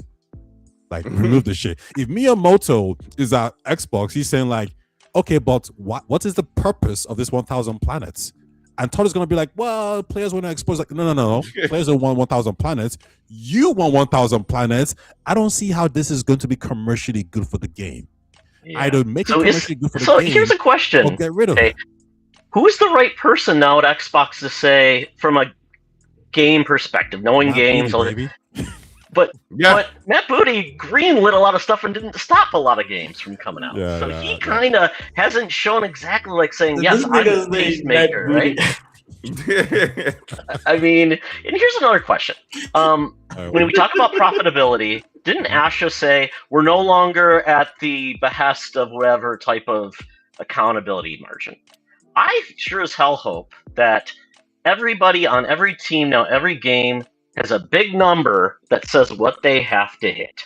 Yeah. Number of copies sold, profitability numbers, what our current budget is. And I hope that's showing on everybody's screen. Because I feel like right now, Xbox actually could say, well, it changed. It changed. Oh, numbers this and that. They need concrete numbers to give these people to work towards. Because if they don't, and they say, oh, it wasn't profitable enough. Are you sure? Our guys said we're on track, on time, hitting the numbers, but we still got cut? But we still hit our profit number? Mm-hmm. Well, we need to cut people because so that's what I'm saying. Cut through the bullcrap, and if they give these teams the real number, and if they don't hit, they understand it. But I feel like unless they have that transparency, I feel like Xbox is going to continue where they are, which is basically we're going to keep changing our strategy because it hasn't worked, so we'll try it again. So I'm hopeful everybody knows the number to hit. No, I agree, and I do think Asha just seems a bit more numbers and business focused. So I think under the previous regime there was no number. It was just like, yeah, make whatever you want to make, guys, and you know how that turned out. Yeah. But guys, listen, we got some true or false questions. So this is the part where if you guys gotta go, you guys can bounce off. I'll just shoot out these questions. Some of the questions I'll ask you to expand on what answers why you said true or false, and some of them we just kind of brush through. First, true or false question. Xbox is the most consumer-friendly platform in relation to Nintendo and PlayStation.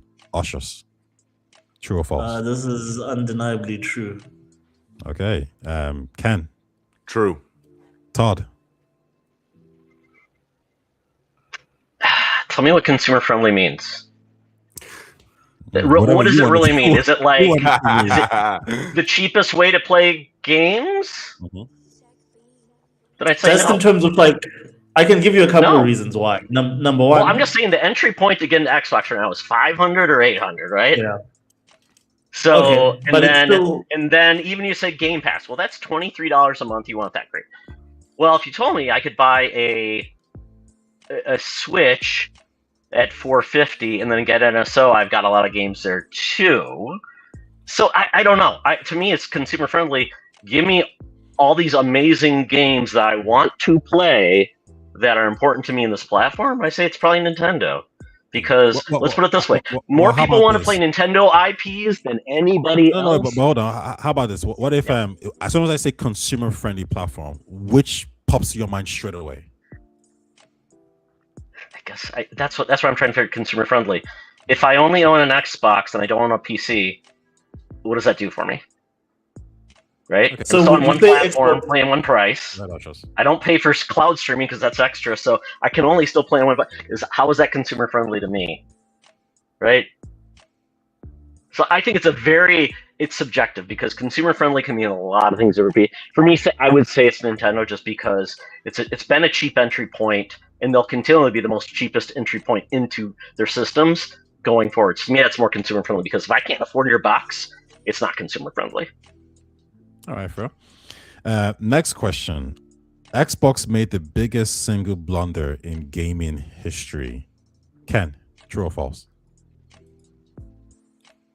Repeat it for me, please. Xbox made the biggest blunder in gaming history. Out of Sega, Nintendo, PlayStation, even the old guys would go like wiped out. Damn. I would say false. Oshus?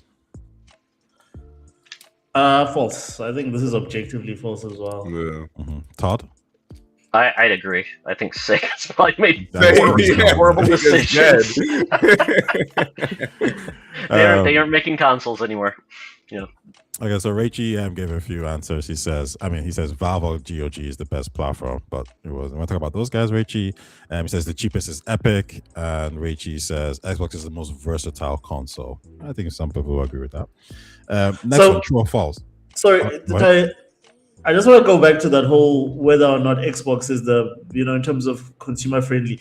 To me, Right. it's not even about like what Xbox is doing for you from like a value perspective. It comes down to practices, like fair practices against consumers. Number Mhm. one, what is Sony's return policy on PlayStation? Non-existence. Number two, when Sony makes decisions like deciding to take away physical media, did they actually make an effort to sort of get a team out there to communicate this to their fandom? No, they don't. They don't owe them anything. So they just make a decision and move on. And you look at, like, for instance, even when we talk about what's another good example? But I've got, like, I can give you an entire list of what Nintendo's a good one. Every single time you try and make a video to review Nintendo's own games on YouTube, they flag it. Like, there's so many things that and it's the whole mindset, in my opinion, like the difference between how Japanese organizations run their companies versus how Western organizations run their companies. And Microsoft is closer to Apple than I would say Sony or Nintendo, who's like they completely have they don't even care about you as a customer. You don't exist to them. You're just a way for them to make money. They don't even try and like pretend that they care about you, which at least Western companies do.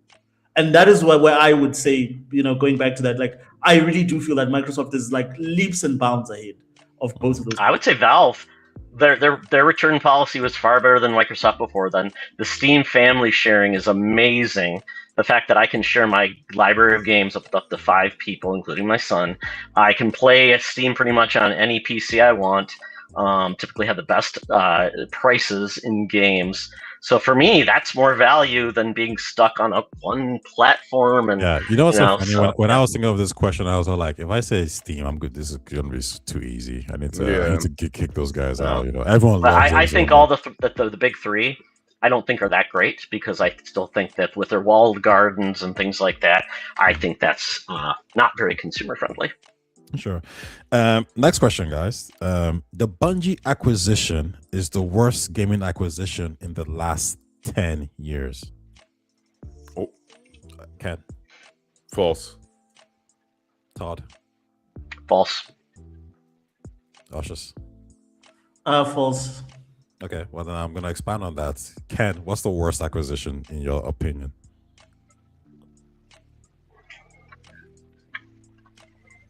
For me, I'm gonna go with recent memory, Activision Blizzard. Todd. I'd agree with that because of how much things have changed since they bought the company. Right. Yeah. Oshus, I'm actually interested same. in this one, Oshus. Which one do you think it is? Yeah, same. I agree. Really? 100%. I think Bungie's the worst. What? Bungie's How? trash, Look bro. how that one ABK completely changed Xbox versus Bungie. 100%. That sale is not going to completely impact PlayStation. 100%. Do you know? Yeah. Do you know why? So I'll explain why. Now we can maybe argue about it or whatever. The ABK acquisition, it was a situation where Amy Hood decided to like push Xbox towards being more profitable. However, I would argue that they were already on that pathway, because I think it was actually a mandate across Microsoft in general that everyone needs to be more profitable, right? Because remember, Sony's already doing it, right? Sony's trying to be more profitable, so there was more of a pressure on them for sure. But here's the part that I thought was really interesting. When ABK was purchased and the deal finally closed, Xbox was still giving ABK's financials out, and they were kind of just showing Xbox's financials separately. Xbox was stagnant for multiple years, and then when they finally merged there, you never knew what Xbox actual financials were. But Xbox was actually doing bad. They weren't making money. They were just stagnant. Whereas every single growth margin was attributed to ABK. Some people were even saying yo, it seems like ABK is actually is actually was good for Xbox. And that's why when Ash talks about all these growth margins, she always kind of separates ABK forget about ABK. we're on these margins. So she's saying that the Xbox business itself was failing, whereas ABK was prospering. And now we have that Blizzard was the best studio in Xbox that grew in the last year or so. So I get what you guys are saying because it changed it. I'm just wondering if those changes would have started to happen anyway, because I do think Xbox was under pressure. But I do get your point. I do get your point. Yeah. Damn. Okay. I honestly thought was Bungie sucks, bro. They are so trash. Like honest to God. There was a bad decision by Sony. Yeah. They didn't look close enough at those financial numbers, but ultimately, like they're only Yeah. $4 billion, and So that's a small impact to Sony Mhm. compared to essentially ABK being $69 billion. That completely changed Xbox's direction and what they had to do as a company. So that's pretty huge. Whether it works out or not in the long run, I guess we'll see. Just to add to that, like I think the biggest misconception, and somebody said this, and when this was happening, is that a lot of people thought that Xbox was buying Activision Blizzard. Yeah. But what was actually happening is that Xbox was being bought by Activision Blizzard. And like you have to just look at the shift in terms of like the directors and the board and the people there. A lot of that deal was so it's the same reason who's this Bobby Kotick came under fire recently, because of the fact that that deal was so favorable for the top brass at Activision Blizzard. Almost out of everyone that walked away from that deal, like there's like Phil I would actually investigate Phil if I was responsible for any sort of like, because he was friends with Bobby before this for many years. But my thing is, literally, it was a hostile takeover of Xbox from Activision, and immediately when that takeover was complete, first thing they announced was that they're making everything third party. So who affected who? No, I mean it's a very strong argument. I'm never gonna like push back. It's just obviously from a just acquisition point of view, like ABK is just far more valuable going forward than Bungie's just trash, bro. I mean, but I get you guys' point. Richie says Firewalk Studio is the worst acquisition in the last 10 years. He does say interesting how Blizzard is back to profitability once they brought boobs and ass again. It's like cells. Yeah. But Call of Duty might be in Call of Duty. We'll see what I'm gonna wait to see how this next one does. But the last one didn't do really well. I think this one's gonna do much better because I feel like the last one everyone knew it was gonna be shit just simply because they didn't have enough development time to make it. Whereas this one is like the premium one that like a lot of time went into it. So I do think this one's gonna be better. The next question: when all is said and done, Steam Machine will be seen as a failure. Ken, true or false? True. Cautious? Yes, that is true. Todd? False. Expand? I don't think Steam Machine has to do much to really impact. If Steam Machine fails, Valve is not affected whatsoever. They're not selling the box at a loss. They're fine. And I think if Steam Deck 2 is a failure, I think that's a bigger issue with Valve in the future if they can even compete in hardware. Correct. Next one. GTA will break sales records, but will not be the revolutionary genre-defining game some people think it will be. Oshus? Say that again, sorry?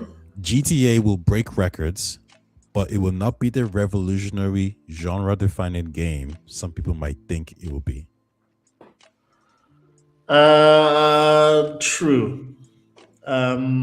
I think a lot of people are going to be surprised at how this GTA turns out in terms of the reception. The world has changed so much since 2015 or 2013, actually. I don't think even GTA is ready for 2026 world or planet Earth, and I think they overestimate their readiness. So yes, I think false. I don't think it's going to be as big as people think it's going to be. All right, Todd? I would say Yes, it's going to sell well, but I don't think it will change gaming from a experience. And Ken, the person I was thinking about when I wrote this one, Yeah. because we were playing GTA. Because I mean, listen, you were saying some good things like, "Yo, this game really holds up well. It's good. It's great." So I'm actually quite interested to know because it's fresh in your mind. You've seen what Rockstar's done with Red Dead Redemption 2 and the previous GTA game.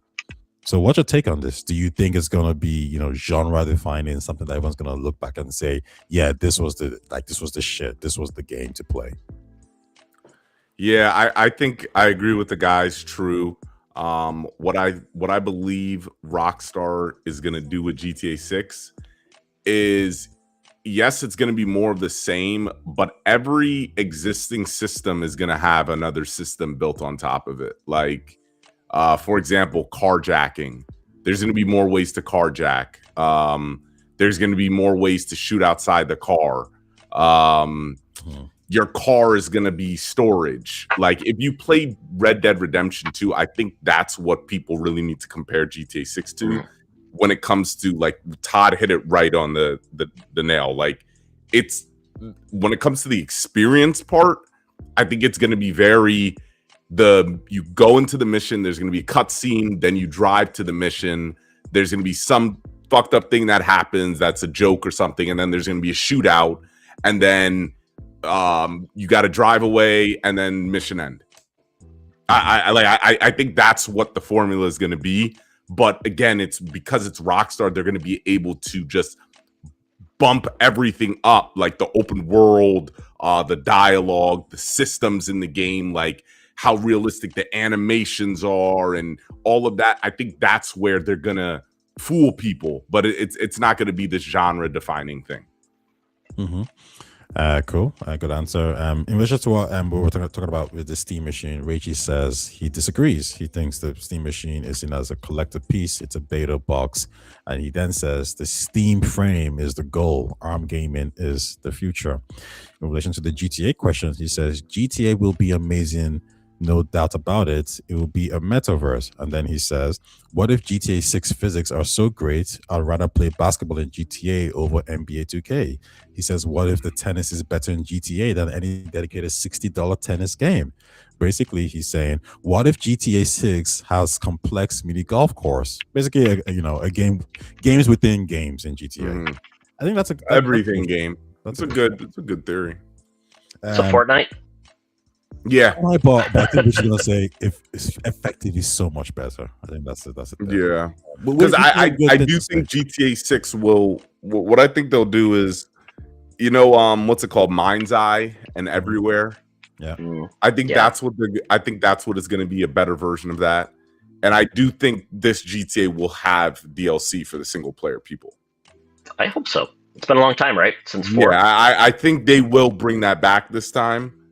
You could just access it. Yeah, that's a tricky one. Because GTA Online does have some story-driven stuff. Some kind of it's. I believe like when Franklin came back, they had a story where Franklin bought a music label, and you had to help Franklin with the music label. So like at the end of the GTA Online stuff, they started getting a little more story-centric. So I think GTA 6, whatever they do in the post content, they will have stuff for single player people. Okay. Next question.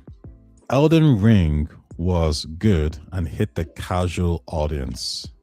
Elden Ring 2 will be good, but won't grab the casual audience's attention as much. But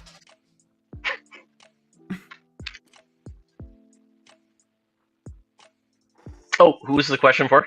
Oh, you, yeah, Todd. Oh, it was for me. I'm glad. I'm like the worst person to judge because I don't view myself as casual, but those games are not for me. But yes, it brought in a huge amount of people. So, you know what? I think it'll bring in more people. So I'll say false. Okay. Aushus? I'll also say false. Like there's something about like great game design, and I think we touched on this when we spoke about Super Mario 64. Like there's something that those guys at From Software understand about polished game design and game worlds who exist solely just to be game worlds. And if they can do what they did with Elden Ring, and I don't know how you do it better, but like if they can just tweak that formula enough, I see them landing in the same sweet spot that Zelda games land in. So definitely false. I think it will definitely be another huge crowd pleaser for the casual audience. Ken? False. I'm gonna go with false. Thoughts? I think I just think it had its moment. With I just feel like there weren't that many games to play at that time for when the console came out. And the fact that they don't continue with the same franchise, I know this could sound very stupid, but some people, if they don't name it Elden Ring 2, some people make those casuals, if they really are casual, they may not know what the hell it is. And if From Software, what they are good at was doing something completely, for the most part, new. If that's true, I don't know. I don't have that much experience, but their games do make a significant jump. They don't look too similar to each other. I feel like that can, if From Software doesn't, casuals want things similar. And I don't know if From Software is comfortable doing something that's similar.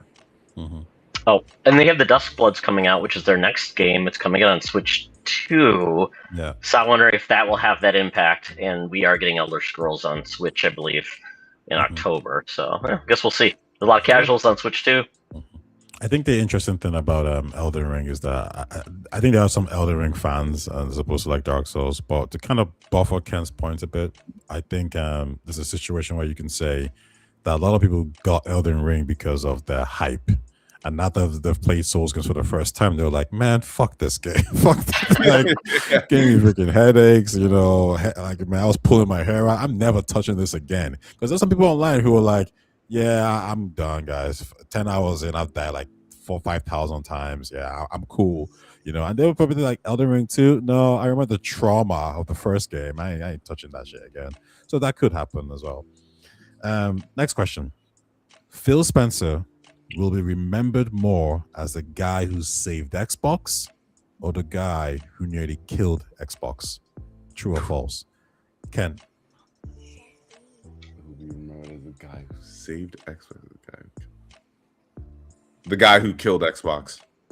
Cool. Ushers? Killed or saved? So Chris Rock has the joke about here's an old from one of his old specials about the uncle who put you through school but molested you.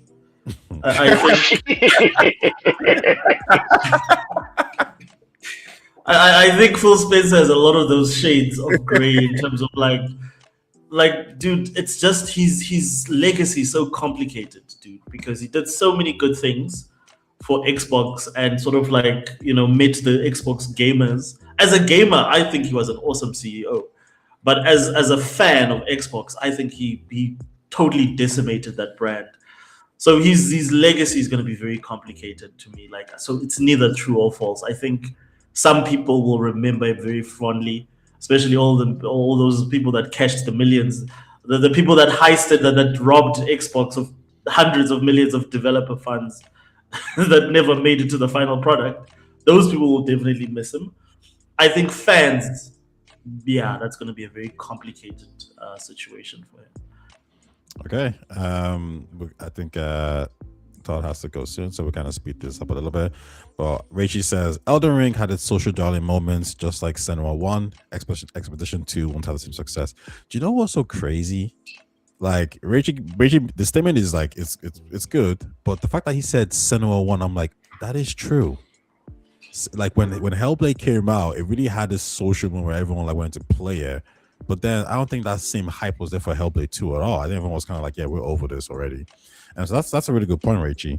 Todd, did you answer? Is Phil Spencer the savior or the killer? I'd say savior more than killer. Okay. Todd, Sarah Bond had to go. True or false?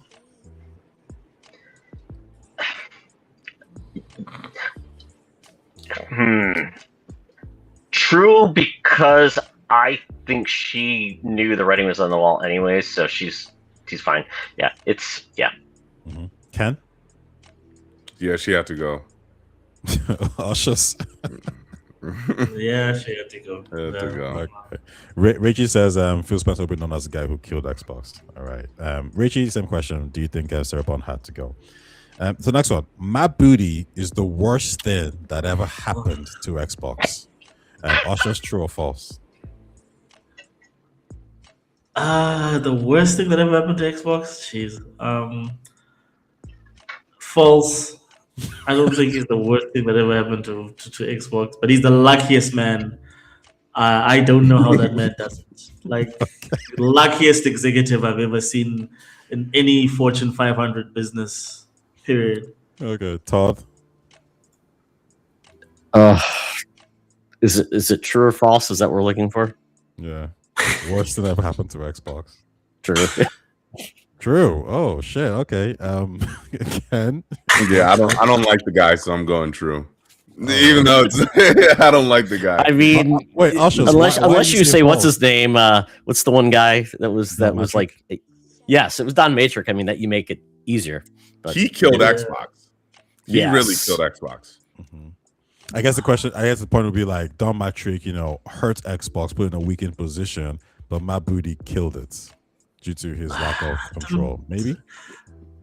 I just think Matt Booty's just there, dude. Like I just see him as the guy that just happens to be always in the frame. He's of the yes picture, man like, that just doesn't gets do to much. survive. Yeah. Exactly. Like he's made no decisions. Like I don't see what is a Matt Booty decision.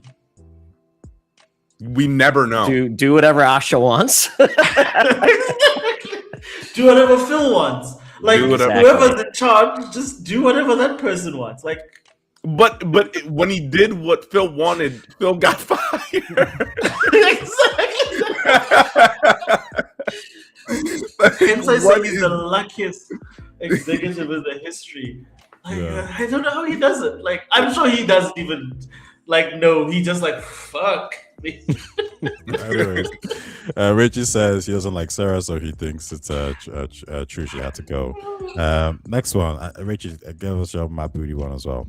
Next one, in a hypothetical universe, Shuei Yoshida should have been the next PlayStation CEO over Sean Layden. Yep. Todd. Oof. I don't know if Shuhei wanted to run the business rather than run development. Mhm. And so I think that's the problem. Sean Layden had both parts. So I would say no. Shu was great. Should have ran the development side of games for Okay. sure. Ken. Yeah, Shuhei wasn't. He doesn't want to be that in that expertise. He doesn't care about that expertise of the business. Ushers. Agreed with the other two gentlemen. Yeah. Okay, all in agreement there. Next one. The N64 did more for gaming than the PlayStation 1.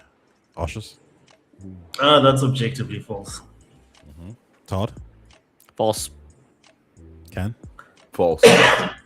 Richie, give us your answers to that. Next one. Game streaming will double its user base, its consumer user base, within the next 10 years. True or false, Ken?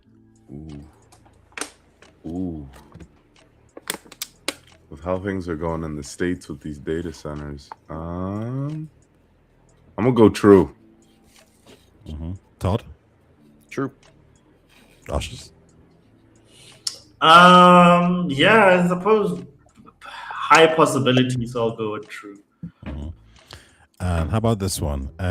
Gears of War E-Day as an Xbox exclusive is better than it's better for the ecosystem and to keep gamers happy than Halo Campaign Evolved being an exclusive to the Xbox ecosystem? Luscious? Ooh. You're gonna have to rephrase that question for me. Like, Okay. what? So, but- in a hypothetical universe, only one game can be exclusive. Just not a franchise, just one game. Gears of War E-Day or Halo Campaign Evolved?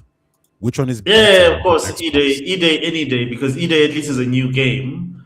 I mean, Reloaded to me is the same as Campaign Evolved. There's no difference. So that's not even a fair comparison. E-Day is definitely a quadruple A, proper, built from ground up game. So, whatever the positive there is, I agree with. Yeah. Okay. Todd? I agree exactly with your point. I mean, it's trying to compare a remake versus a remaster versus a new entry is always an easier sell. Or sorry, selling a new entry is easier than going back to the well. Ken?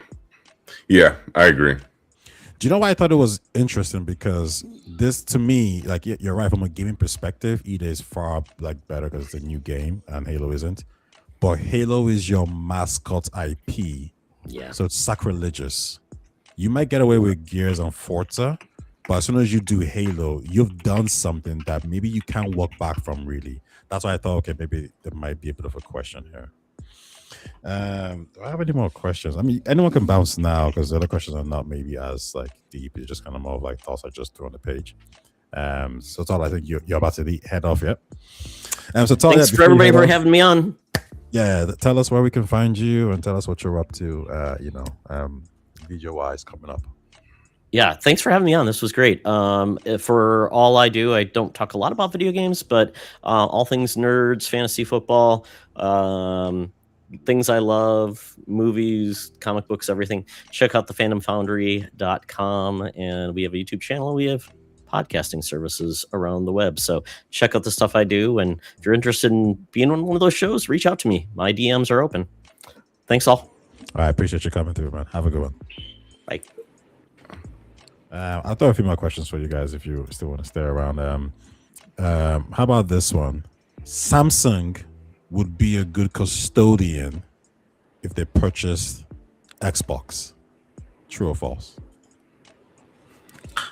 I have no opinions on Samsung, so it would make no difference to me. It would just, I don't know, Samsung doesn't know about games. Yeah, dude, I'm there's nothing there. There's absolutely nothing. They got the hardware, but not the games.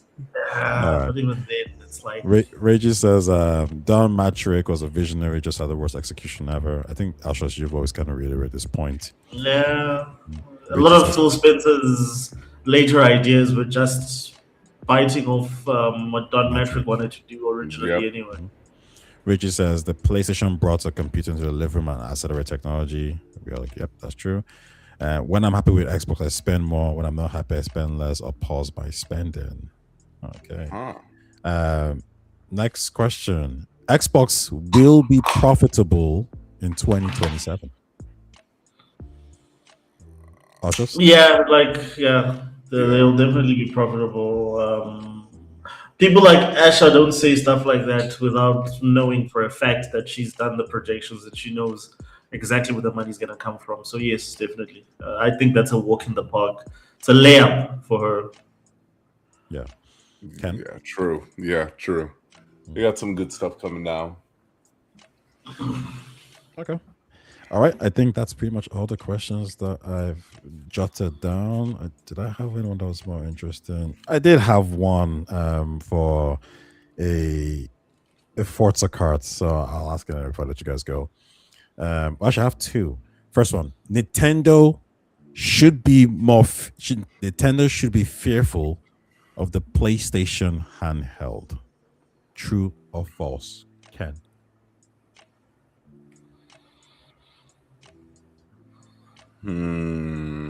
PlayStation handheld. I would say yes, because they target Japan. Obviously, Japan loves Nintendo, but their second is Sony. They love PlayStation, and this is encroaching on their territory. So yes, I would say, because you're gonna be able to run more games on the PlayStation handheld. Cautious. False. I don't think like Nintendo is just surgical with that. With gaming in general, but like with handheld gaming, they don't even have a chance. Like no one has a chance. Okay, that's a interesting one. And Reggie says yes because of backward compatibility. So I think Reggie's point is like if you get a PlayStation handheld, you're gonna have default access to PlayStation's library, and that's gonna be a selling point. Yeah, I think that's a good take. Well, guys, I think that's it. Oh no, sorry. Yes, so the last one.